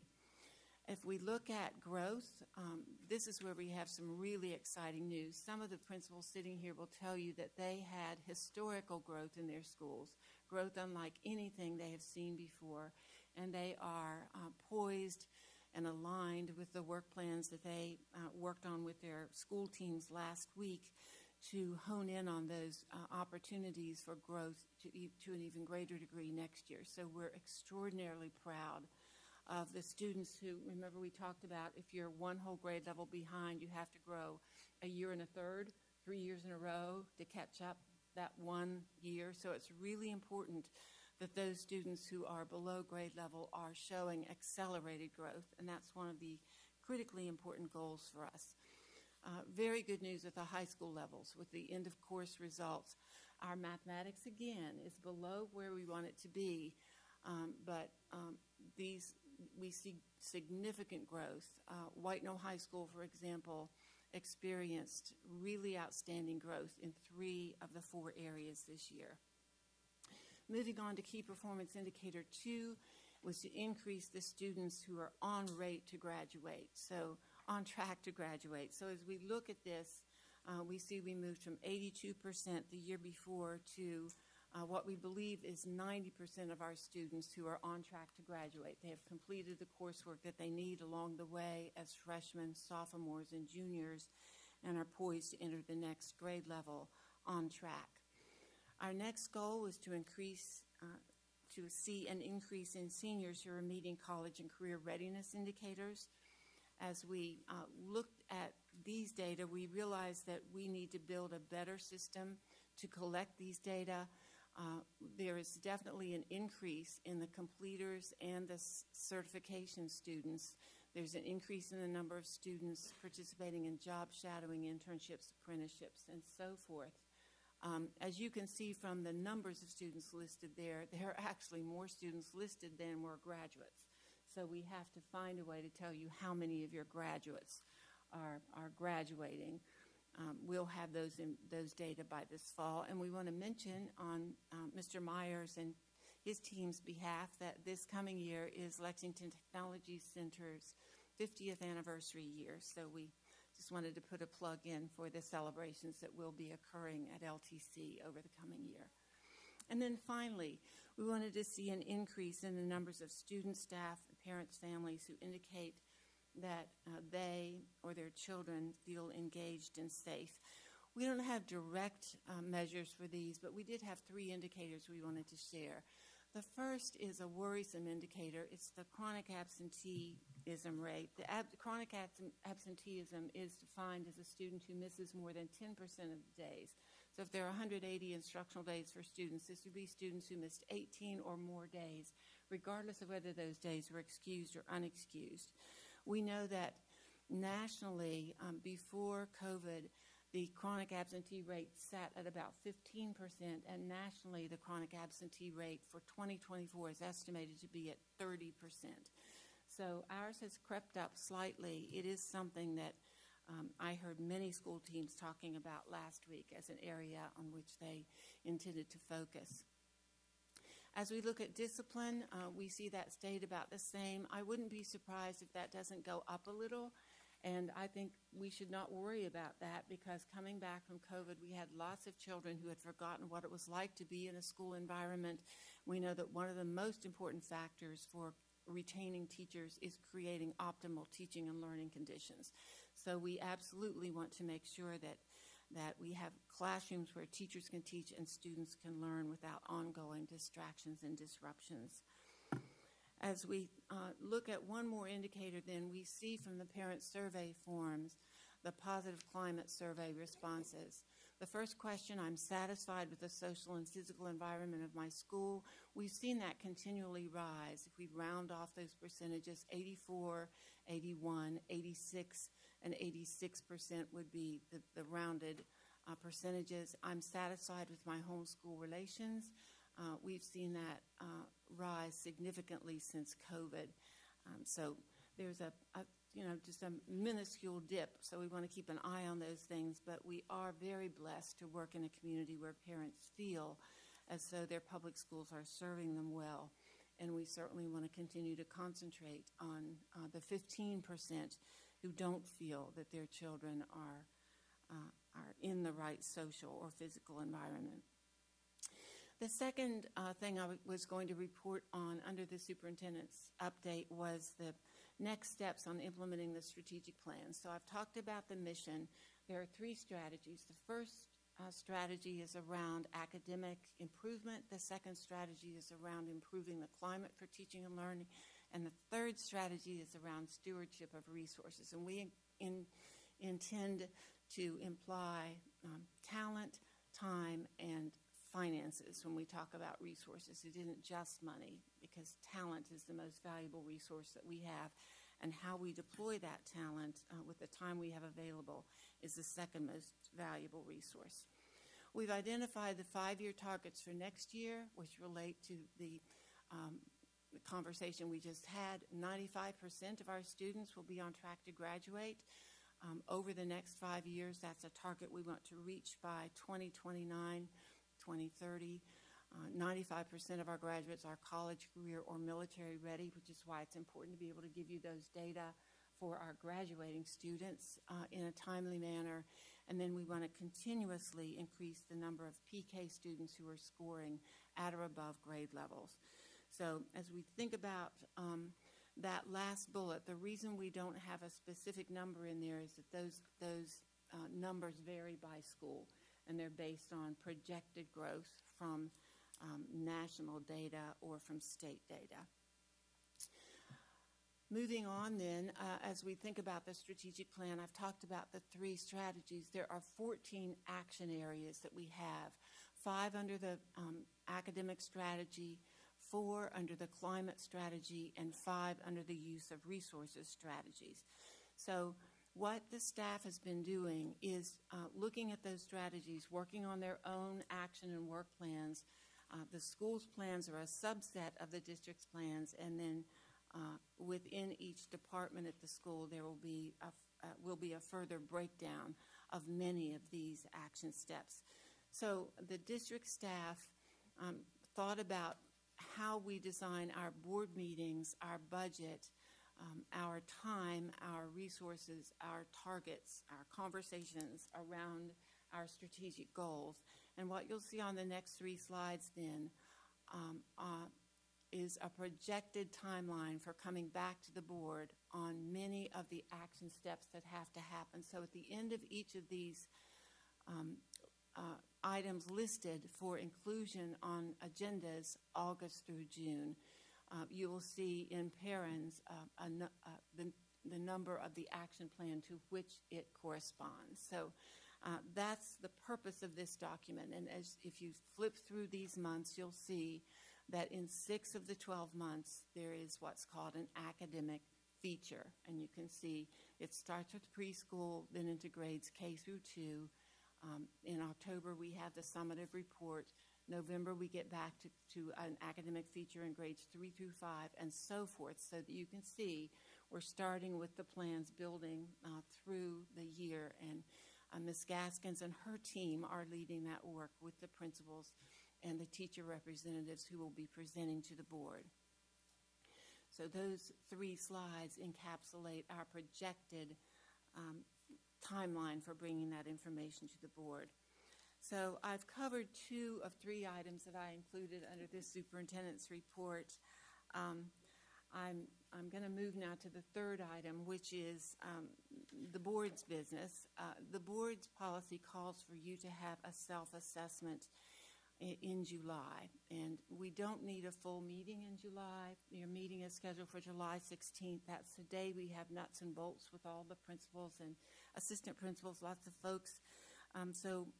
We'll be inviting the board to come for breakfast, and we thought perhaps we could meet just a few minutes before breakfast to take care of HR items, but to postpone the board's self-assessment until next fall, when you have some better data back yourselves to see how well your strategies and priorities produce the results that you wanted. As we're thinking about the board's evaluation and setting challenges before us, we listed 4 things that we think we should focus on as we begin this new school year. What are we doing for students who are not meeting their growth targets and are behind? If what we're doing isn't adequate, what do we need to do? Do they need more days of instruction? Do they need a different allocation of time? Do they need different kinds of interventions? But if it's not working, let's stop and ask ourselves where we think those children are going to catch up. So that's a huge question for us. What do we plan to do on behalf of those children who are behind grade level and who are not accelerating their growth in a satisfactory way? The second area is how do we recruit, retain, and reward the most talented people that we can find to lead the district, to lead schools, to lead classrooms, to provide the support services that keep everything going. The third, how should we think about using incentives to recruit folks either in hard-to-staff areas that could be geographically or in terms of a content area. So special education has become an extraordinarily difficult area to keep staffed with people who love their work, came to it for the right reasons, and want to continue. And we know that geographically, the further distanced an area is from the district, the locus of the, in this case, Lexington, the more difficult it is to hire and maintain staff. So we think we should look at some sort of incentive programs. At least the board may want to consider that. And then finally, when we look at our teacher surveys, how do we create the optimal conditions for teaching and learning? We know that salary plays some small part in that, but the other 2 indicators that teachers have referenced in their priorities are strong and capable and understanding and compassionate and supportive cheerleaders for principals in every building, like the men and women who are here tonight, and classrooms where if they have a discipline problem, it gets handled effectively so that they can continue their work with other children. And if they themselves are having difficulty with classroom management, that they get the support they need. So that concludes the superintendent's report for tonight, and I will pause and see if there are any questions from board members. Dr. Pistol-Wade, I do have a couple. You mentioned of those 3 last things you talked about, one was students not meeting the growth targets. And I'm curious about the slide you shared with discipline, and I heard you when you said don't worry about those numbers because we're coming back from a time where students aren't as disciplined as they should be. But I'm looking at the in-school suspension and out-of-school suspension, and I'm assuming these are numbers for secondary, middle, and high school, right? Do we do in-school suspension or out-of-school suspension for elementary as well? Yes, ma'am. We do. Okay, so then if we take the whole district's population, then just for in-school suspension, we're looking at almost 3,000 students or 3,000 instances. Instances. So those 3,000 instances are a lot of instructional minutes lost. Right. And so is there a correlation between those students and then are they the same ones who aren't meeting their growth targets? And so should we do something to get those students those minutes back? So that's exactly the conversations the principals and their teams were having last week. Okay. Isn't it interesting that we're seeing this student in this column, in this column, in this column, and that's why we listed as one of the things we collectively think the board will want to think about is what should we do if our current response is not effective? What do we do? And the one thing we have to stop doing is rinse, wash, and repeat. Whether it's sending students right back to classrooms or putting them right back in the same sort of interventions that didn't work well for them. No one has the answers. We've never had all the answers, but we have a group of leaders who are committed to trying their best to finding, at least trying some different solutions and seeing if they work better. So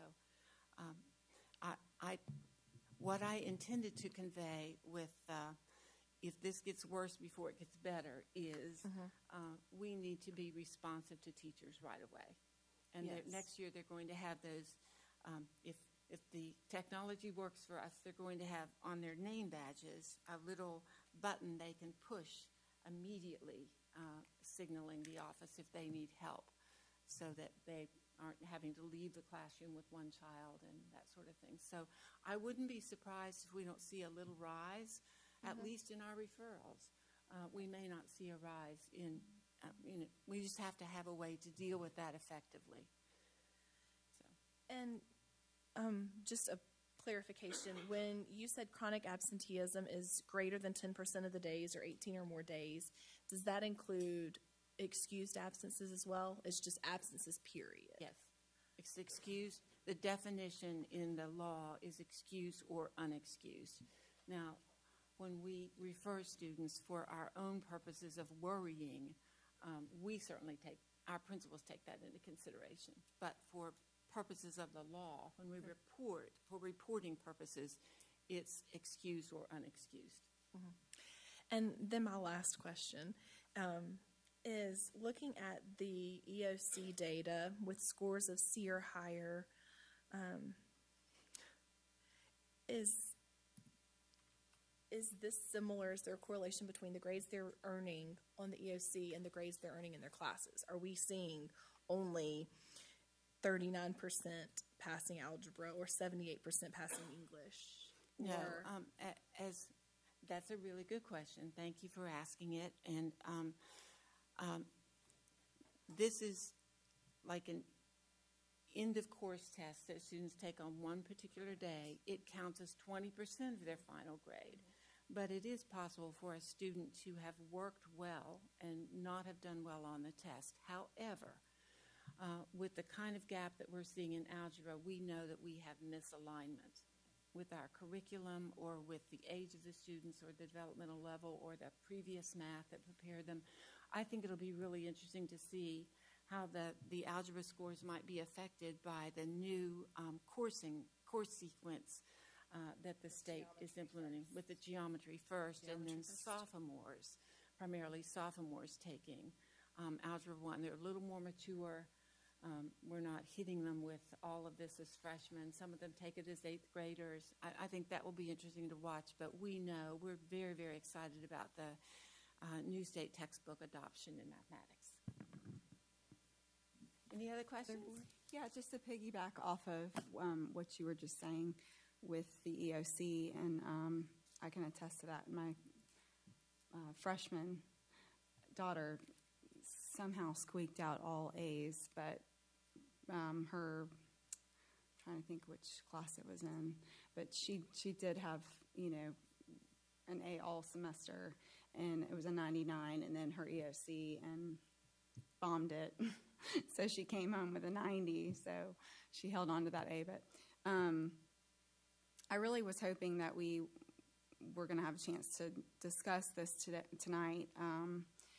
But I just wanted to say that, you know, with some of these results, I can't help, especially with math, I can't help but wonder if we're not setting up our, you know, our older elementary school students as well as we could be with the gradings, you know, that we've been talking about.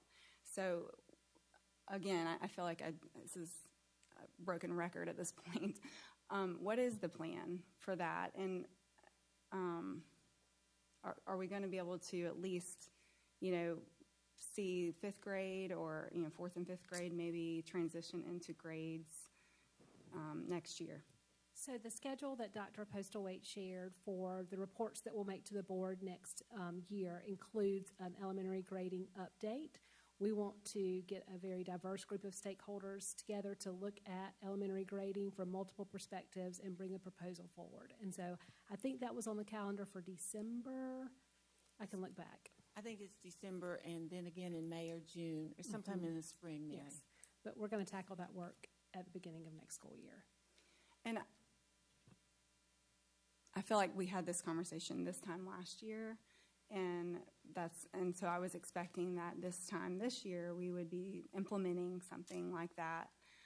So I'm just disappointed because I hear from parents a lot on that issue, and I really just don't think that the program that we've been using is working. I think we can all agree on that. So I would love to see that moved up. I don't know how the rest of the board feels about that, but if we could at all think about working on that over the summer and think about implementing something sooner than later, I would be for that.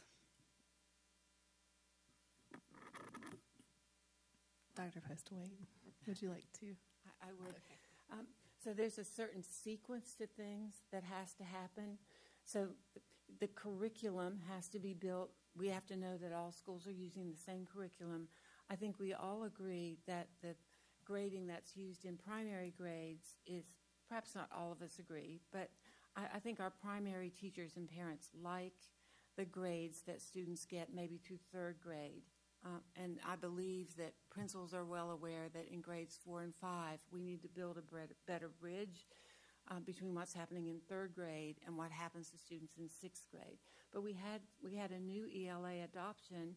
The state just adopted the new books, so we'll get the new books next year. Our teachers will be trained, and our teachers are going to work on helping put the new grading system in place, because the curriculum, what you want students to know, what you actually teach, and what you test has to line up, and then the grading system reflects that. So there was a sequence to it.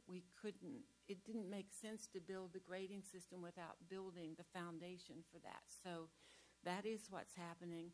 And so you'll see emerging the curriculum, the unit tests, is that the right word? The benchmark tests, and then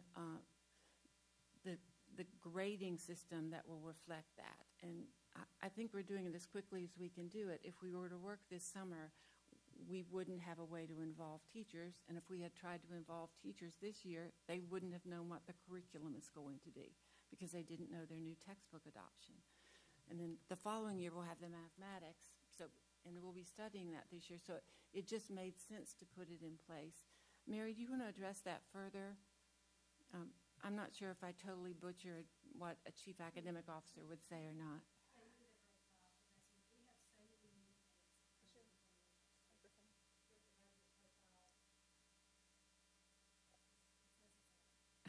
Yeah, just sometimes we get feedback from the community that they can't hear us, but I don't know if Okay.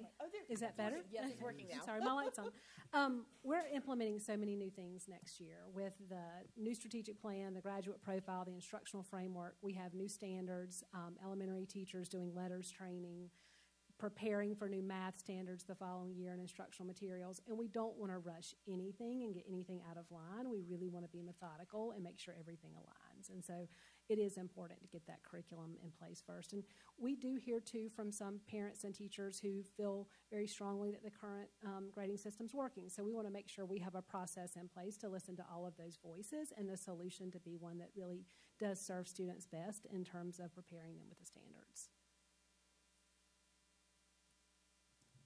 I appreciate the question and your candor about the fact that you were hoping we would get to this sooner. You've made it clear since you came on the board that was an expectation, so we want to give you credit for that. And I should have paused to ask the SLT and Dr. Phillips if I totally butchered any representation of data. I went really quickly and was at a high level. When in October, I believe, we're scheduled to really spend about an hour on this so that you have time to ask those deep questions. We have some other data. We have our preliminary SC Ready data, but we're simply not allowed to talk about it publicly. It's embargoed. So we did this tonight to meet the requirement that we post our year-end State of the District review, and then we'll really delve into it, or give the board an opportunity to delve in October or as soon as we have the results. Dr. Postwaite, I just have a general question. You talked about growth targets, and the question was kind of what we need to be thinking about. What do we plan to do for children that are not reaching their growth goals? Are the growth goals, this is a high level, are the growth goals more individualized for each student? Yes, sir. Or is it more, I guess so each teacher's having to kind of say, this student's here, and by end of the year, I'd like for them to, I guess I'm trying to grasp that in my mind as to.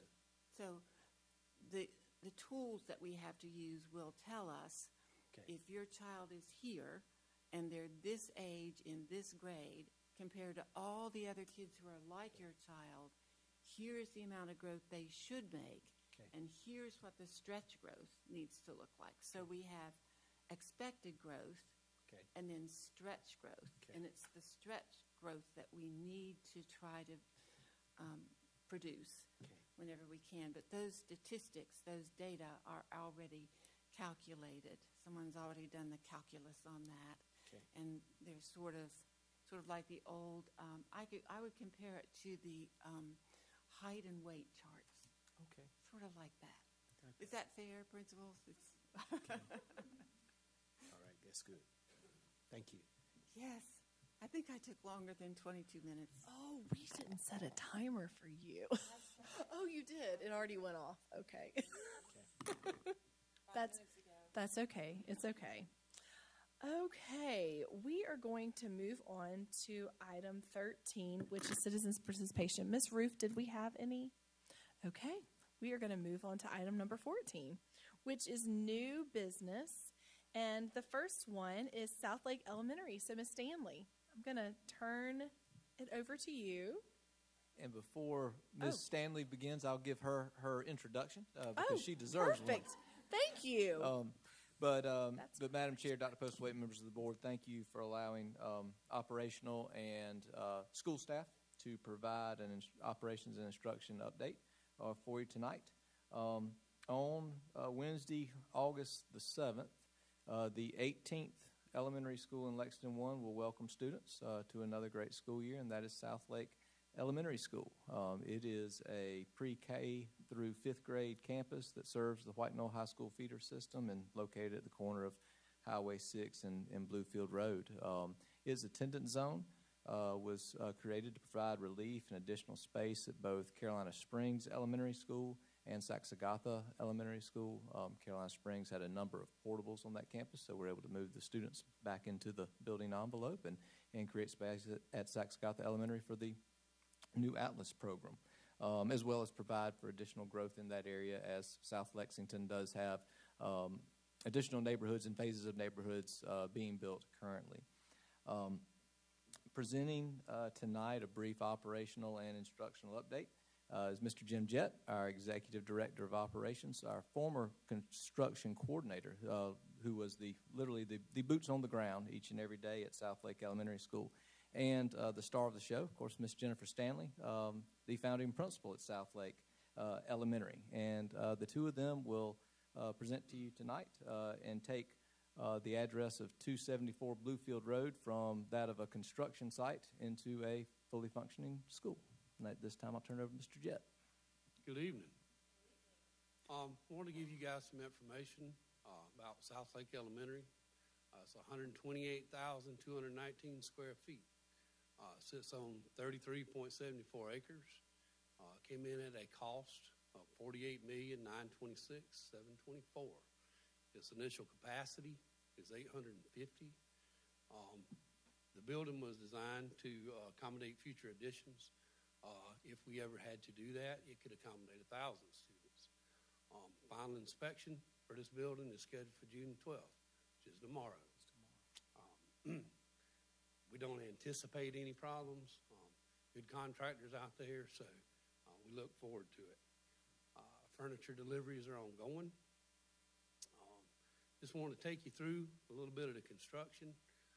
This is about halfway through. This was last October, I believe. This is where the nuts and bolts come together. About that time, we had a beam signing. We were able to bring board members, educators, our contractors, workers together. Great opportunity for that. And for those of you that don't know, this beam signing was also our topping out ceremony. That's when we swing the last piece of steel. It's a good milestone on the project. Good opportunity to bring everybody together for that. Some more pictures there. Our board. Take you through a few pictures. To your left, that is the front office reception. Beautiful colors. Love the blue. Second picture is of the bus drop-off, the bus canopy. You're looking to the left at the front entrance. To the right is the cafeteria stage. Again, this is, your picture on the left is October-ish. A lot of work in place, a lot of hours. And to your right is about 2 weeks ago. So, beautiful facility. I'm glad to be a part of it, and I'm going to turn it over to Ms. Stanley at this point.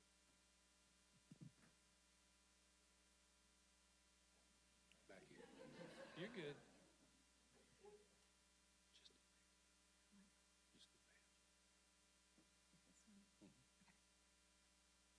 All right.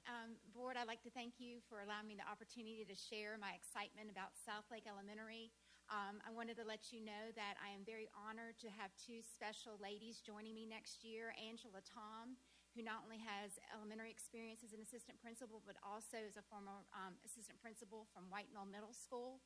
And I'm very excited to have her expertise because part of our campus is coming from Saxagatha, which fed into White Knoll. So she will be a great person for recognition of families. The other lady on the screen is Drew Longside, and prior to being a math coach for our district, she taught second grade at Carolina Springs Elementary School. And so it's really awesome that I'm having two key members from the community that are coming back to join me. And if you don't know my story, I started off as an instructional assistant at Saxagatha Elementary School. So it's pretty cool in my career to come full circle back to the group that gave me my first job at 21. I have to take a moment, so thank you, and I'll talk fast because I know I have minutes and I don't want to go over them. But I wanted to let you know that I have to thank certain people because this is just a small snapshot of what makes Lexington One so amazing. I have to give a special shout out to Mr. Todd Brown and Mr. Joe Casey. I was walking into two campuses and I was saying, "Hi, I'm Jennifer Stanley. You want to come with me?" And that's very uncomfortable, right? But when you are surrounded by great leaders who are looking at this through the lens of what can we do to make all three campuses amazing? And that's what we did. We came together as a growth mindset to say, what does each campus need to be successful? It's not about Southlake. It's about the entire community that we were pulling from. So I have to give a great shout out to these fine gentlemen, and I appreciate them, answering my email and, dealing with my crazy. So I appreciate that. Mr. Heath Branham, I love Mr. Heath Branham. We have been friends forever. And he obviously has Centerville, which is the exact replica for South Lake. He taught me that you have to have a map that has trash cans, because you have to count how many trash cans are in a building. And I didn't know if y'all know that, but that was a big takeaway for me. So I have a map, and I have counted to make sure I order all the right amount of trash cans. But unless you have a person to stand beside you and walk you through opening a school, you wouldn't know things like that. He also allowed our leadership team to come spend the day with him. We learned about how to effectively open a campus. There's no manual for that. We also got to see his PLCs in action, which is one of the goals for South Lake. And so I just have to give a very big shout out to him for, loving me and also, answering my emails. Now, he probably doesn't want to anymore either. The last two people are very near and dear to my heart, Ms. Nicole Mitchell and Dr. Erica Bissell. I'll be talking a little bit later about the vision of the campus. Everybody needs a thought partner. And so they have been very gracious and kind of sitting alongside me, helping me think through, like, what are some things that South Lake is going to need to be one of the top schools in our district. And then, of course, I had to thank communications, finance. I don't like money, so I'm glad that they exist. And then we have human resources, which has been my new home, and they have taken me in with gracious, loving arms. And then, obviously, operations. So I would like for those people that are on this list, if they would please stand up, because I do want to give them a special round of applause. So stand up.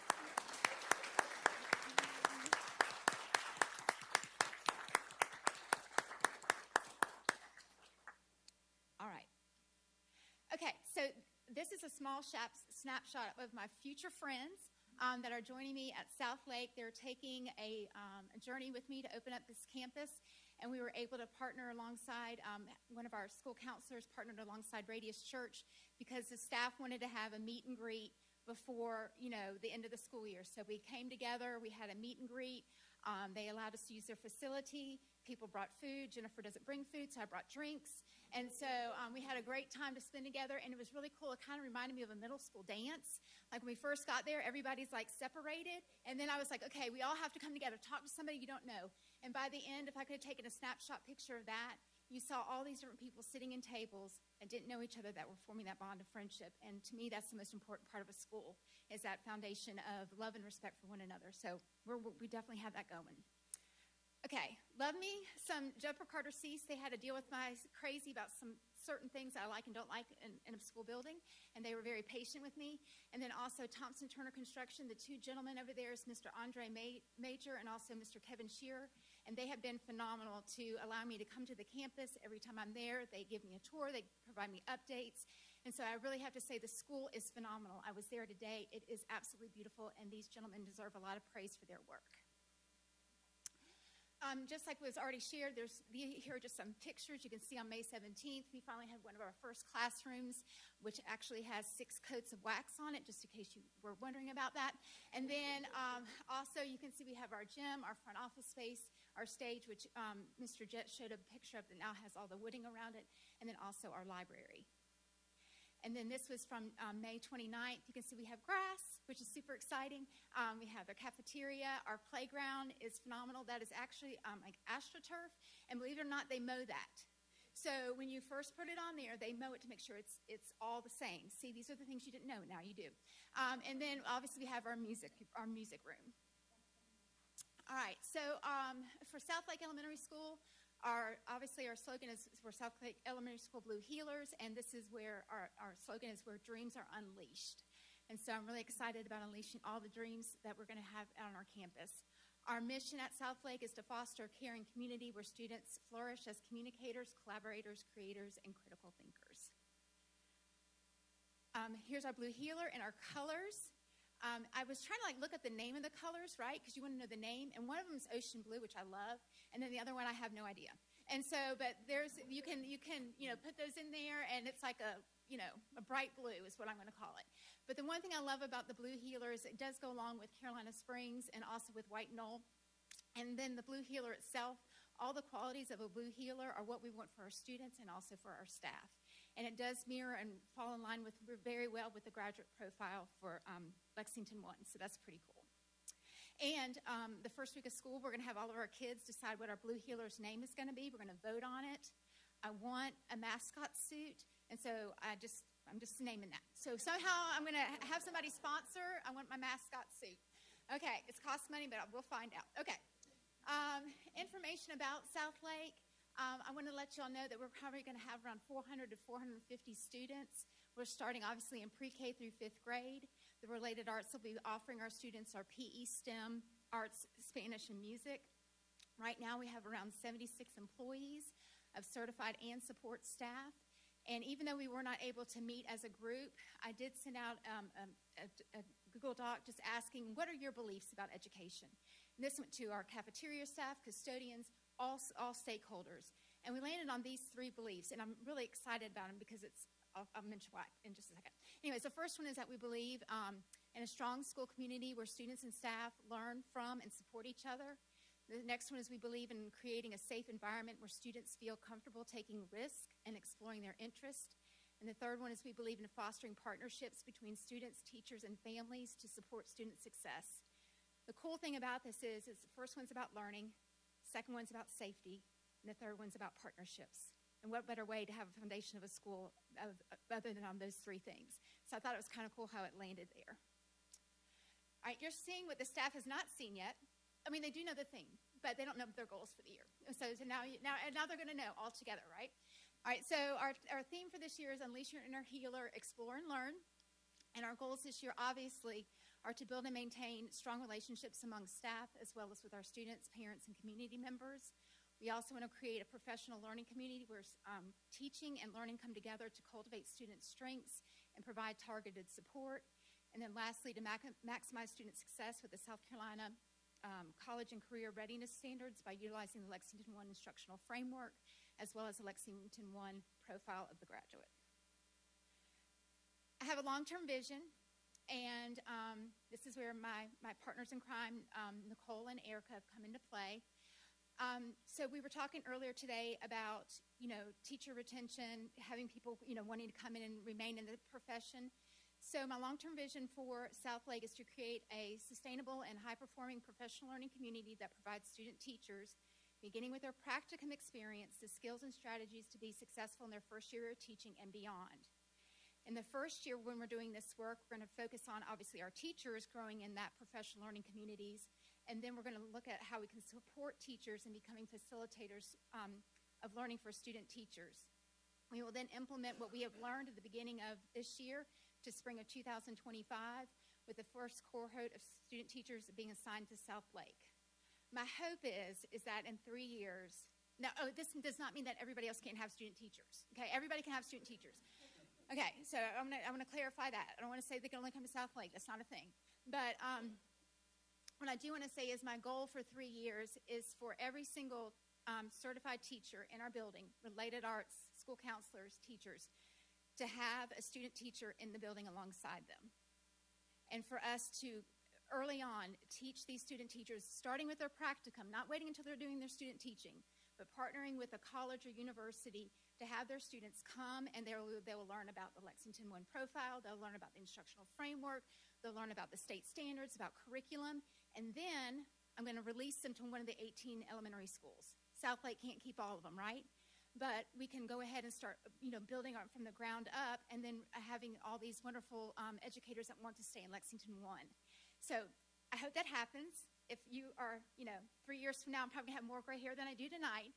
But that's really my journey, is to create almost like a place where teachers can come and feel loved and supported, and then learning all about Lexington I, and then spreading that love amongst our 18 elementary schools. So my final picture is from Mr. Shear. I love this picture because everything that you see lit in that picture is important. The parents driving the child up to the building, the school bus coming around to drop the student off, the cafeteria worker that's going to provide the breakfast, the librarian that's going to provide the books, the greeting all the teachers and support staff. Everything you see lit represents education and represents our future. And so I just love this picture. It has so many different meanings to me when I look at it. But I just wanted to end with that tonight, that South Lake Elementary School, where dreams are unleashed, was going to begin on August 7th, 2024. Thank you.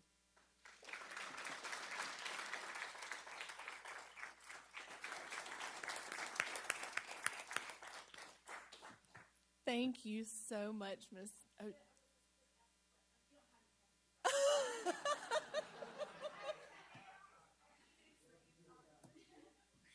Thank you so much. We are very excited about Southlake Elementary School. So the next item on our agenda is the mission and action discussion for the Board of Trustees. Now, with that, the plan for the evening was that we were going to look at this mission and action, which is in draft form right now, and talk about how it relates to the Lexington One graduate profile. And this is something that our Chair Green is very passionate about, and she wanted to kind of lead this discussion, and she is unfortunately not able to be here tonight. So we're going to just press pause on this discussion and pick it up at our next meeting. Which moves us to item 14.3, which is program evaluations. And do you want to take the lead on this discussion, or I can kind of? Go right ahead if you want to. Well, so at our last meeting, the district asked all of the board members, they gave us a checklist, and they asked us to list off programs that we wanted to prioritize for the district to evaluate during the 2024-2025 school year. And I believe Ms. Halliday did all the tallying for this. And Dr. Postwaite, you did all the tallying for this? Oh, thank you. Oh, sorry, I was trying to give credit to someone else. The conclusions that we came up with are that we're most interested in learning about these areas for the next year, and it's the Summer Arts Camp, the College Center, the Law and Global Policy Center at River Bluff, the IB program at Lexington High, and the district-funded pre-K. So, Dr. Postwaite, would you like to tell us what's the next step in this process? If the board concurs, you have a copy of the tally sheets. If you concur that these are the areas that the board as a whole seemed to want to focus on first, then Dr. Phillips is actually here tonight. He may want to answer any more detailed questions, but he and his team have to evaluate all the programs that are federally funded. If they, in their spare time that they have, when they complete the required programs, they'll begin to work on these programs. Eventually, I imagine most everything on the list will be evaluated, but they will start by taking the data available and work within the time allowable, work on evaluating each of these programs. Some of them are more easily evaluated than others. And so I don't think there's a particular sequence to them, except to say when they have more time, they'll work on the more complicated programs. When they have a shorter period of time, they'll work on the less complicated programs. But throughout the year, as soon as they finish the program evaluation on one, they will probably bring that one to the board for discussion. And what will this team be looking for in these programs through these evaluations?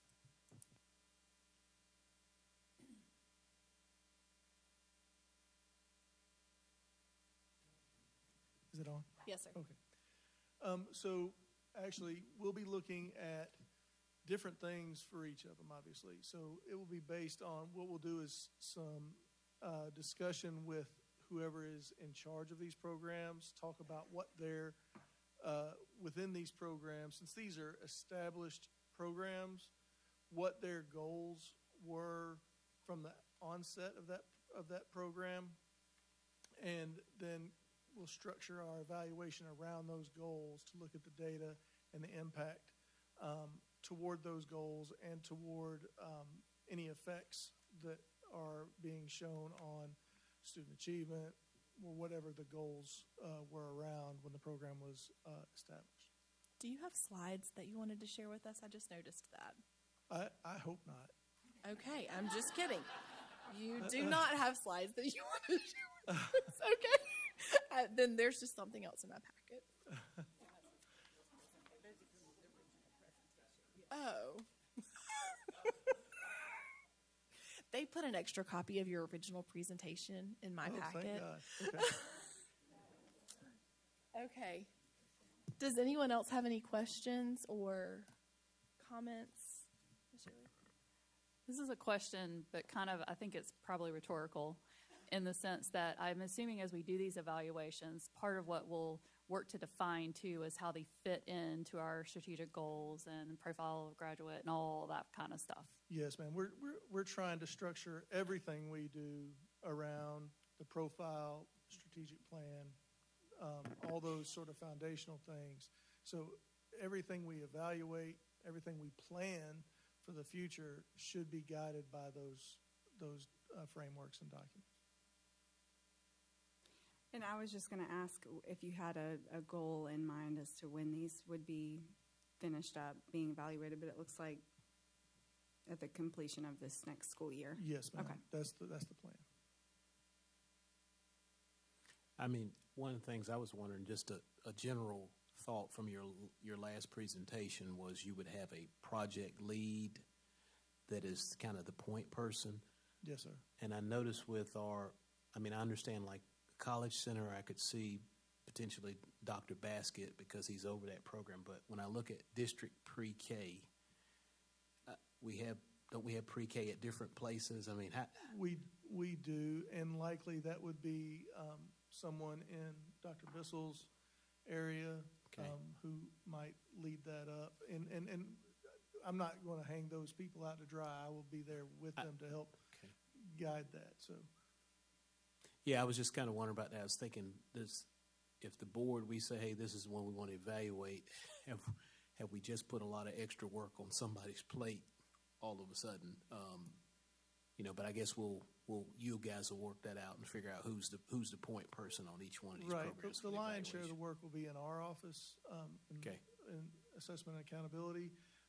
We will go to the point person to gather data, get background and context around the program. They're mainly there to guide us and for us to inform and keep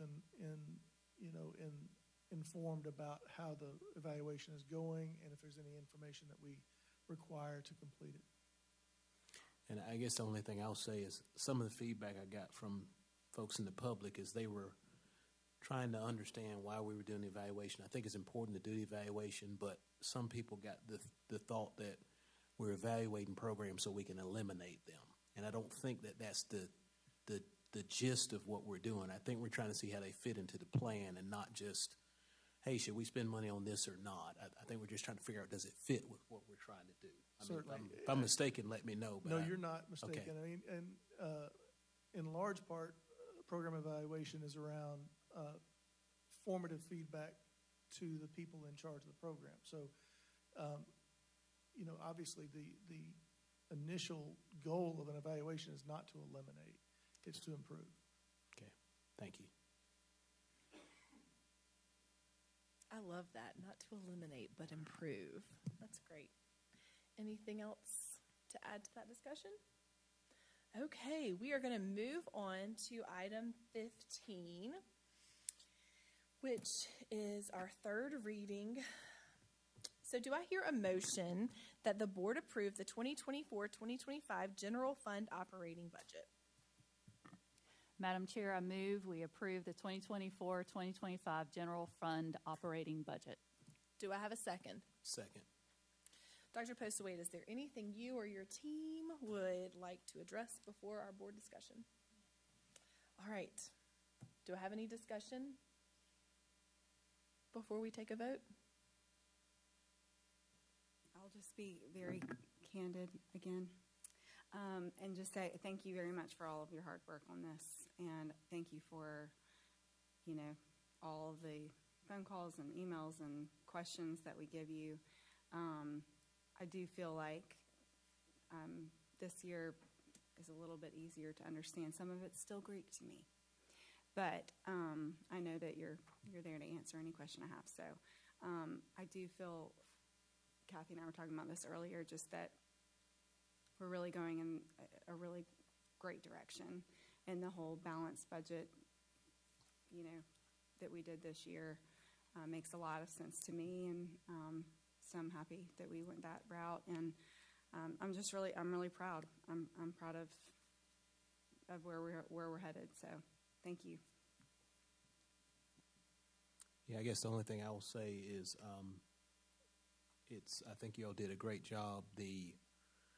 There's a major challenge out there with the ESSER funds going away, and without going into all the details, there's some things people will see in the budget from last year to this year that they may have shifted significantly, but there is a explanation for that. Actually, a pretty detailed explanation on each line item. Thanks, Ms. Miller, for gathering that information for me. But I think y'all did a great job of, I didn't realize how much we actually had in ESSER funds, but looking at the line items and looking at the dollars and everything, I think it's really good we were able to find places to repurpose and move things around and not have to raise millage to do it. So it tells me that a lot of sweat equity was put into putting all of this together to make everything fit. So I think we've got a budget that it'll satisfy our district, it'll satisfy our community, and I think it'll even satisfy our board. I can't speak for everybody on the board, but for me, I feel like we did a really, really good job of kind of folding everything in and handling the whole ESSER cliff, falling off the ESSER cliff without hurting ourselves. So. Just two small things is I know Dr. Postlewaite said in her superintendent's report that we have fewer than 30 openings. And so that's kind of showing us that with this zero-based budget that we might actually hopefully get really close to what we're projecting, which is great. But then also just something board members for us to think about, something else she addressed in addition to like students not meeting growth targets, but recruiting, retaining, and rewarding our teachers. And for the recruiting and the retaining, she talked about incentives for them. And so I just think that that's something we need to keep in mind going forward, possibly with some extra funds we might have just to really focus on what are those best ways to reward and recruit and retain. So with that said, all in favor, please say aye. Aye. Any opposed? All right, the motion carries. Do I hear a motion to approve allocated 2018 bond referendum funds for improvements to Midway Elementary School, specifically to repave the blacktop and replace and renovate the playground? Madam Chair, I move to approve allocated 2018 bond referendum funds for improvement to Midway Elementary School, specifically to repave the back blacktop, not wearing my glasses, and replace and renovate the playground. Thank you, Ms. Shealy. Do you have a second? Second. Great. Mr. Cooper, would you like to share a little bit about this? Yes, ma'am. Thank you. In the 2018 bond, there were approvals for many of our schools for renovations, additions, and upgrades. Midway Elementary was one of them, and has received those. What we are requesting is to add 2 additional projects and utilize the remaining a portion of the remaining allocation of the bond money that was set aside for Midway Elementary. One of those projects is the replacement of the blacktop. The blacktop there is virtually a everyday classroom for PE classes. It is original to the school, and it's getting to where it is where it's past its useful life with cracking and uneven surfaces, which do make can cause some hazards.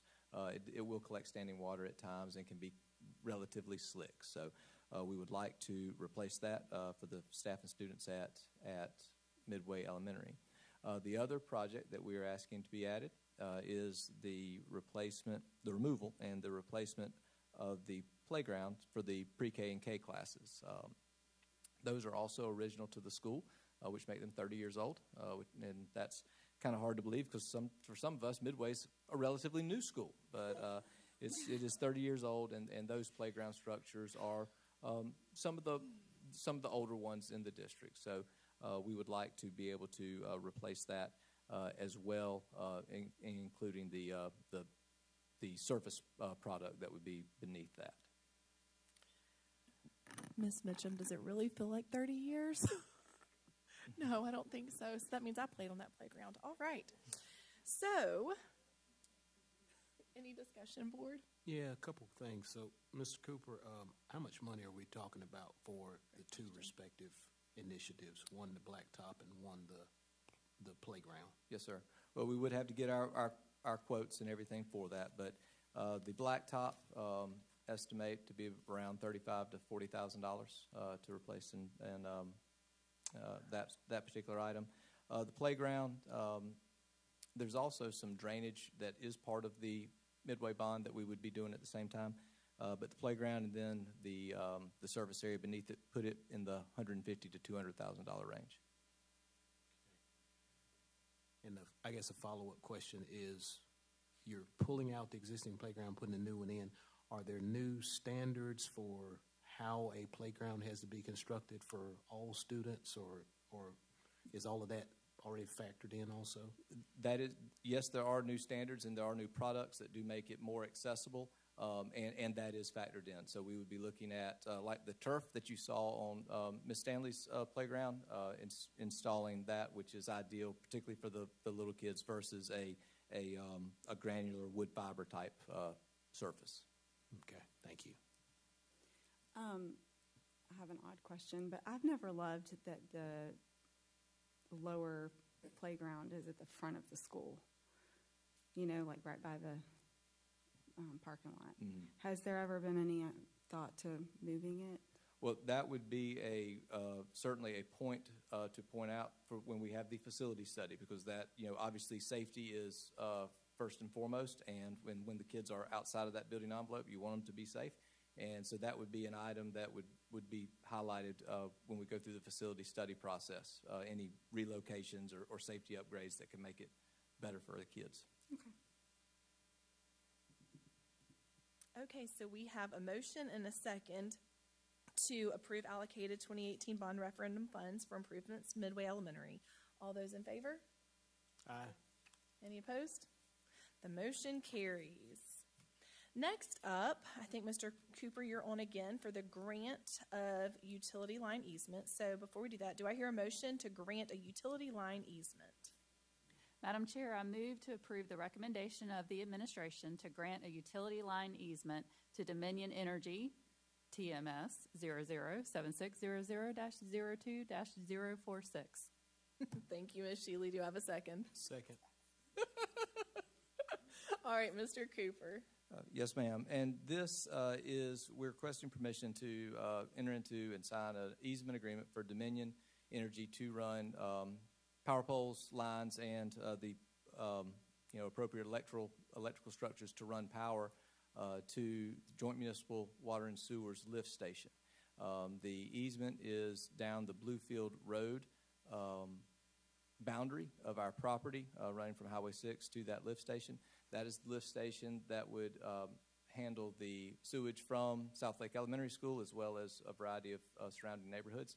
And so we would like permission to enter into that agreement so we can get power, so they can get power to Joint Municipal's lift station. Thank you. Mr. Cooper, is this an existing easement for other utilities, or is this a totally new easement just for Dominion to run power? This is a new one for Dominion, sir.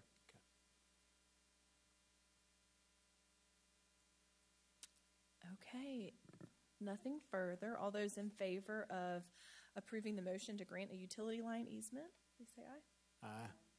Any opposed? The motion carries. Next, we have the second reading for policy ADF, which is the district wellness. Do I hear a motion to approve policy ADF, district wellness? Madam Chair, I move to approve policy ADF, district wellness. Do I have a second? Second. All right, Ms. Miller, would you like to discuss that with us? Yes, ma'am. There have been no changes since the first reading, and again, the original changes were to align our policy with the current state and federal regulations.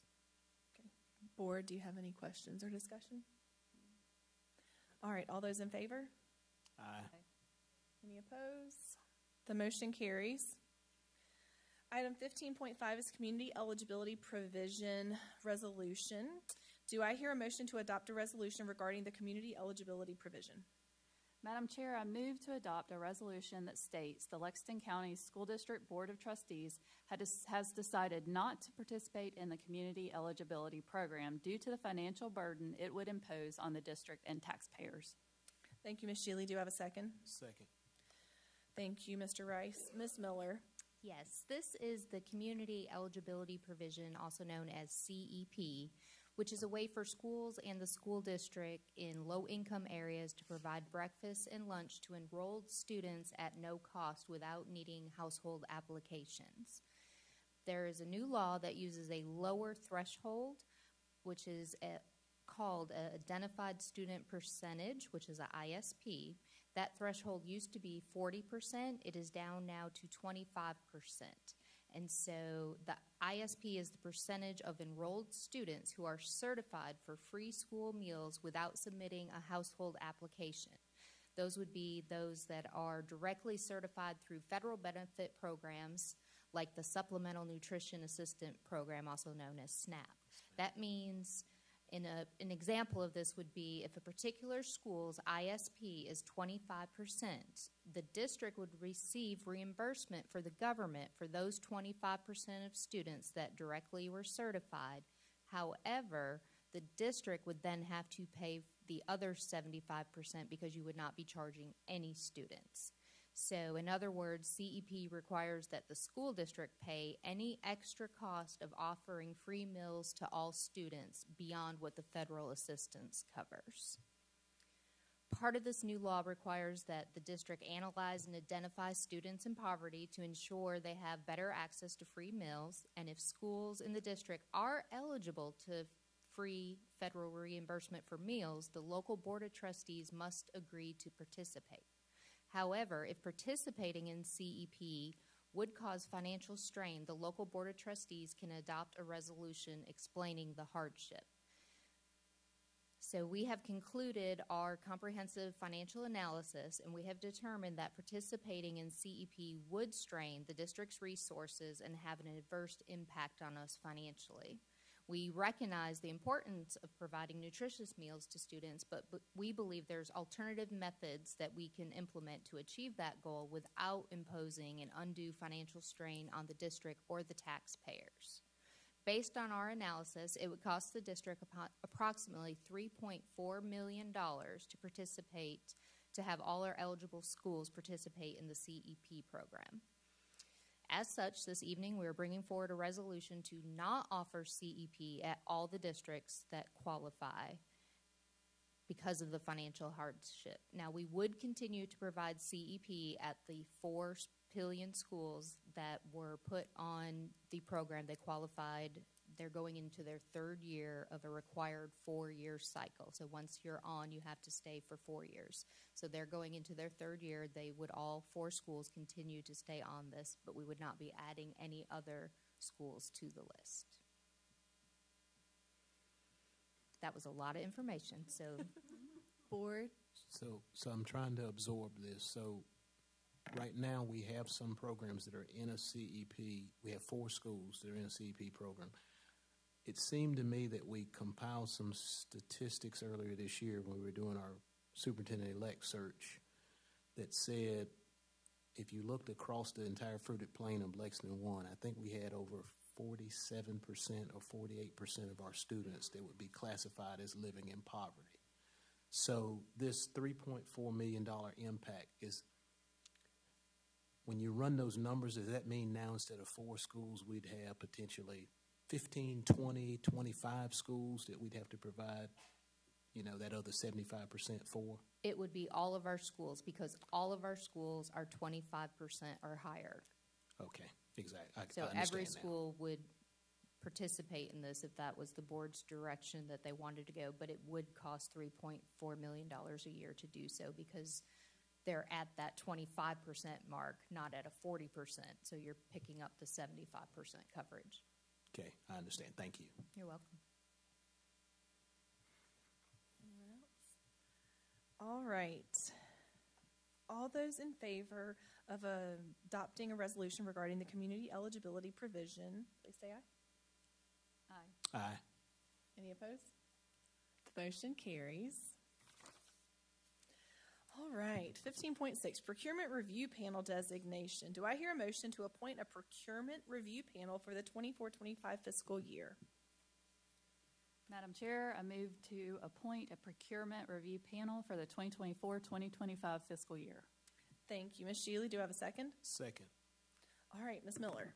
Yes, this is an annual election that the board has to make, and you have to decide whether, per our procurement code, you decide whether the board wants to be the review panel, if there is a protest in our procurement process, or if you want to appoint members to a panel for that. And we appointed members last year. Yes, ma'am. And those members, to my knowledge, will be contacted again to serve? Yes, we could reach out to them to see if they're willing to participate again, or it's technically the board chair and the vice chair, the superintendent, and the CFO each appoint somebody to be on the panel, and then the board appoints one of the board members to be on the panel. Okay. Board, any questions, comments? Just a comment. I was on this panel this past year, and we never met, but it's good to have the panel in case we need to meet. That's correct. So that gives some context. Thank you. Thank you. Okay. All those in favor? Aye. Aye. Any opposed? The motion carries. Do I hear a motion to appoint Beth Shealy as the chair of the Procurement Review Panel? I mean, she said she didn't have to do anything for it this year. So. Madam Chair, I move that we There's appoint. a blank in our notes, so I don't know that she knew I was going to say No, I didn't. You want me to go ahead with that? Sure. Yes, sir. Go ahead with it.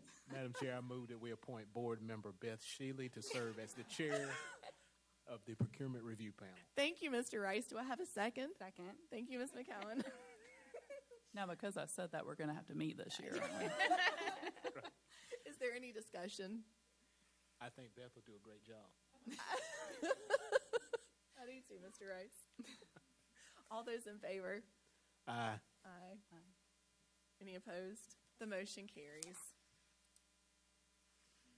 Okay, do I hear a motion to add 3 additional board exemptions to the district's procurement code?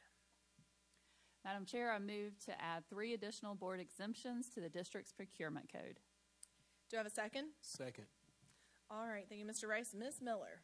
Yes, as mentioned in last week's board brief, we are continuing with our ongoing review of our procurement regulations, guidelines, and procedures, and we aim to update our current procurement code exemptions that are approved by the board. This effort is to ensure they are in line with the most recent updates and maintain consistency with practices observed in other school districts. The last time they were updated was in 2008, so there is some wording that is very outdated in those that we want to get updated, and just they need to be updated. And while we want to continue our analysis further, there were 3 items that we did want to bring before the board before year end that will really directly impact the work occurring this summer.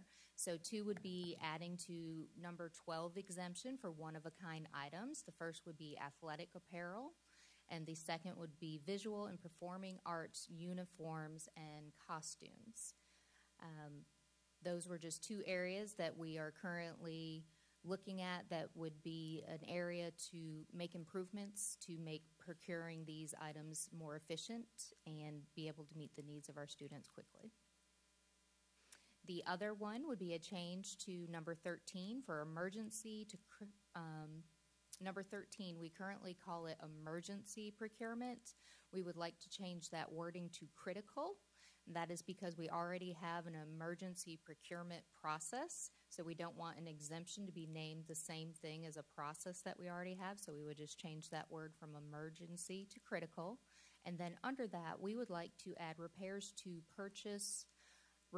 and purchases of essential equipment required for the operation of food services paid with federal funding, or paid with local funding.